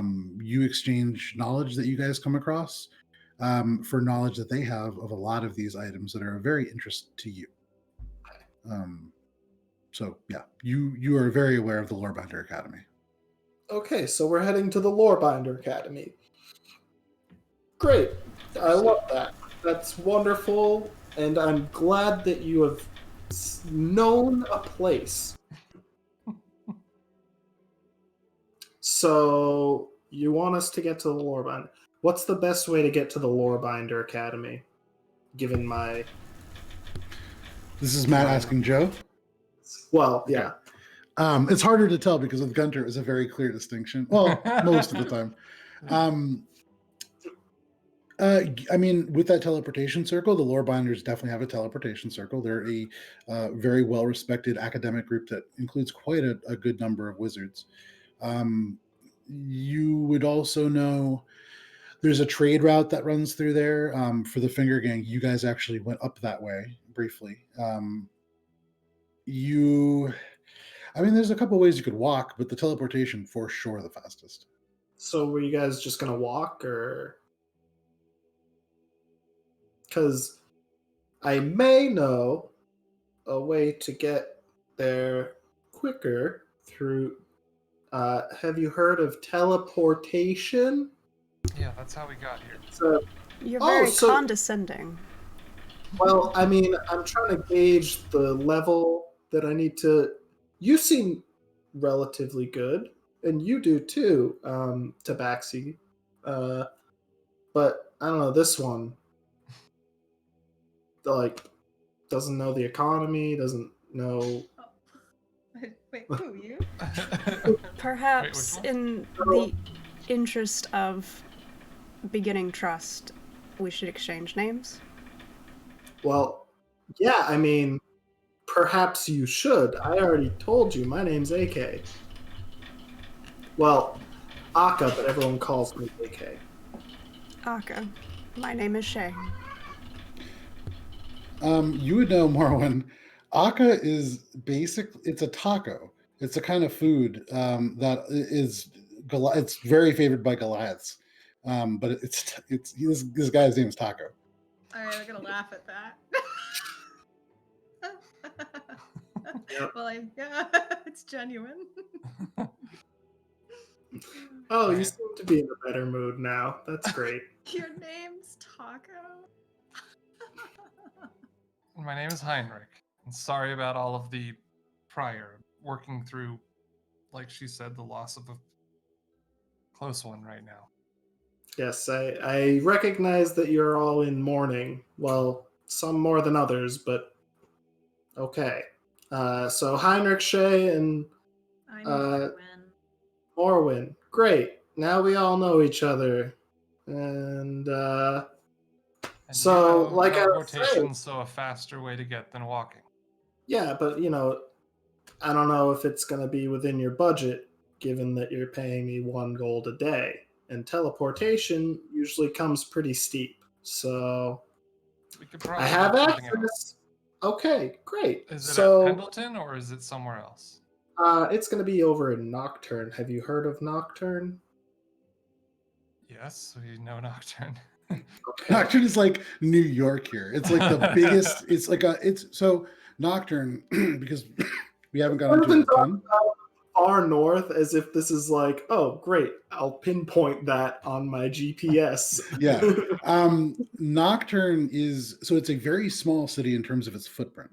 It is in its entirety roughly 5 square acres. Very small. It has a population of close to 50,000. It is a vertical city. It's based off of Kowloon, the walled city of Kowloon, and very structurally similar. It is separated into several wards. It is not a terribly safe city. It is the city of secrets. It is the walled city. It was once the home of the Gazelle and various organizations that the Gazelle worked for. I would say you especially being the only person that's really been there, AK, you know that the place that you are going to is on the Avenue of Everdusk, which is the shadiest section of Nocturne. Like, actually, the safe house is right next to a place that's called the Soul Exchange. It's a place where they literally sell what are called bonded sorcerers. Sorcerers in orbs. You don't know. But you've gotten the sense in your time there. It is essentially indentured servitude. Sorcerer. Oh my god, jeez. It's like Sorcerer Pokemon. So yeah, it's in Nocturne. That's an option for Great. a price. And certainly More than a gold a and day. you've been wanting to go there, haven't you? It's gonna be different now. We can always go to see your apparent store. Guntir was supposed to see my. And as you think about this more, when you also realize the last time that Guntir scried on your crew, they were heading to Nocturne. That's true. And speaking of Guntir, last time you. Yeah. That's true. Maybe we should try to meet up with them. This might be fortuitous event, meeting you and being sort of rerouted through Nocturne. That's handy. And not getting killed by you. Sure. Well, that's rest assured, you don't have to worry about that. I know a first impression was a little off-putting. Yeah, you straight up murdered people that you had never met in the middle of the woods for no reason. Have you ever killed anybody? Well, it depends on what you say. We'll take that as a yes. That's okay. Why don't we just splitting get moving? I had good reason when I did. Not because I wandered into them in the woods. Well, they attacked Well, us first. if we are going to Nocturne, perhaps you should lead us? I guess if no one else has ever been to Nocturne, I am probably best suited to do so. I will lead the way. Look, here, a sign of good faith, and I'll just pull out one of my since I never spend money either, it's almost like why have I been arguing the costs of things? So yeah, I was kind of wondering it myself. Yeah. Why are you trying to lowball me, bro? Yeah, right. Some of your older loot, we could have just siphoned it back to you. 1 gold piece a day is like what you would pay like a carriage driver who's skilled labor, but not anything on the order of like a fighter. Right. So as I'm pulling stats, look here. Consider this an apology on the way we first met, a sincere one. Real sincere. And I'm pulling something out, and you would see that I'm pulling something out. No. I'm gonna, it's considered an apology, and also thanks for at least the guidance of passage to Nocturne, and hopefully joining us on our quest. And I'll pull out a platinum piece. Yeah. All right. Hey, thanks. That's really something. I'm gonna tuck it away. And Okay. be like, It is really something. How often do you see those? I would say, yeah. Given that, I'll be like, great. So now we're all friends. Shall we head onward? Dude's got fucking platinum pieces. He's getting 1 gold a day. I was coming down off of an emotional low. Let's call it. So after Heinrich pays you 10 times what you asked, you turn and divert from the path. Instead of heading due north, moving more in a westerly direction, or an easterly direction. Directions. This takes you a little bit through the woods, and you would know, based on where you're going, you're not taking the most direct path because you already headed north a little ways. This is going to take you through a section that you would know about but have not gone through yet, Akka. That is called, just 1 second now.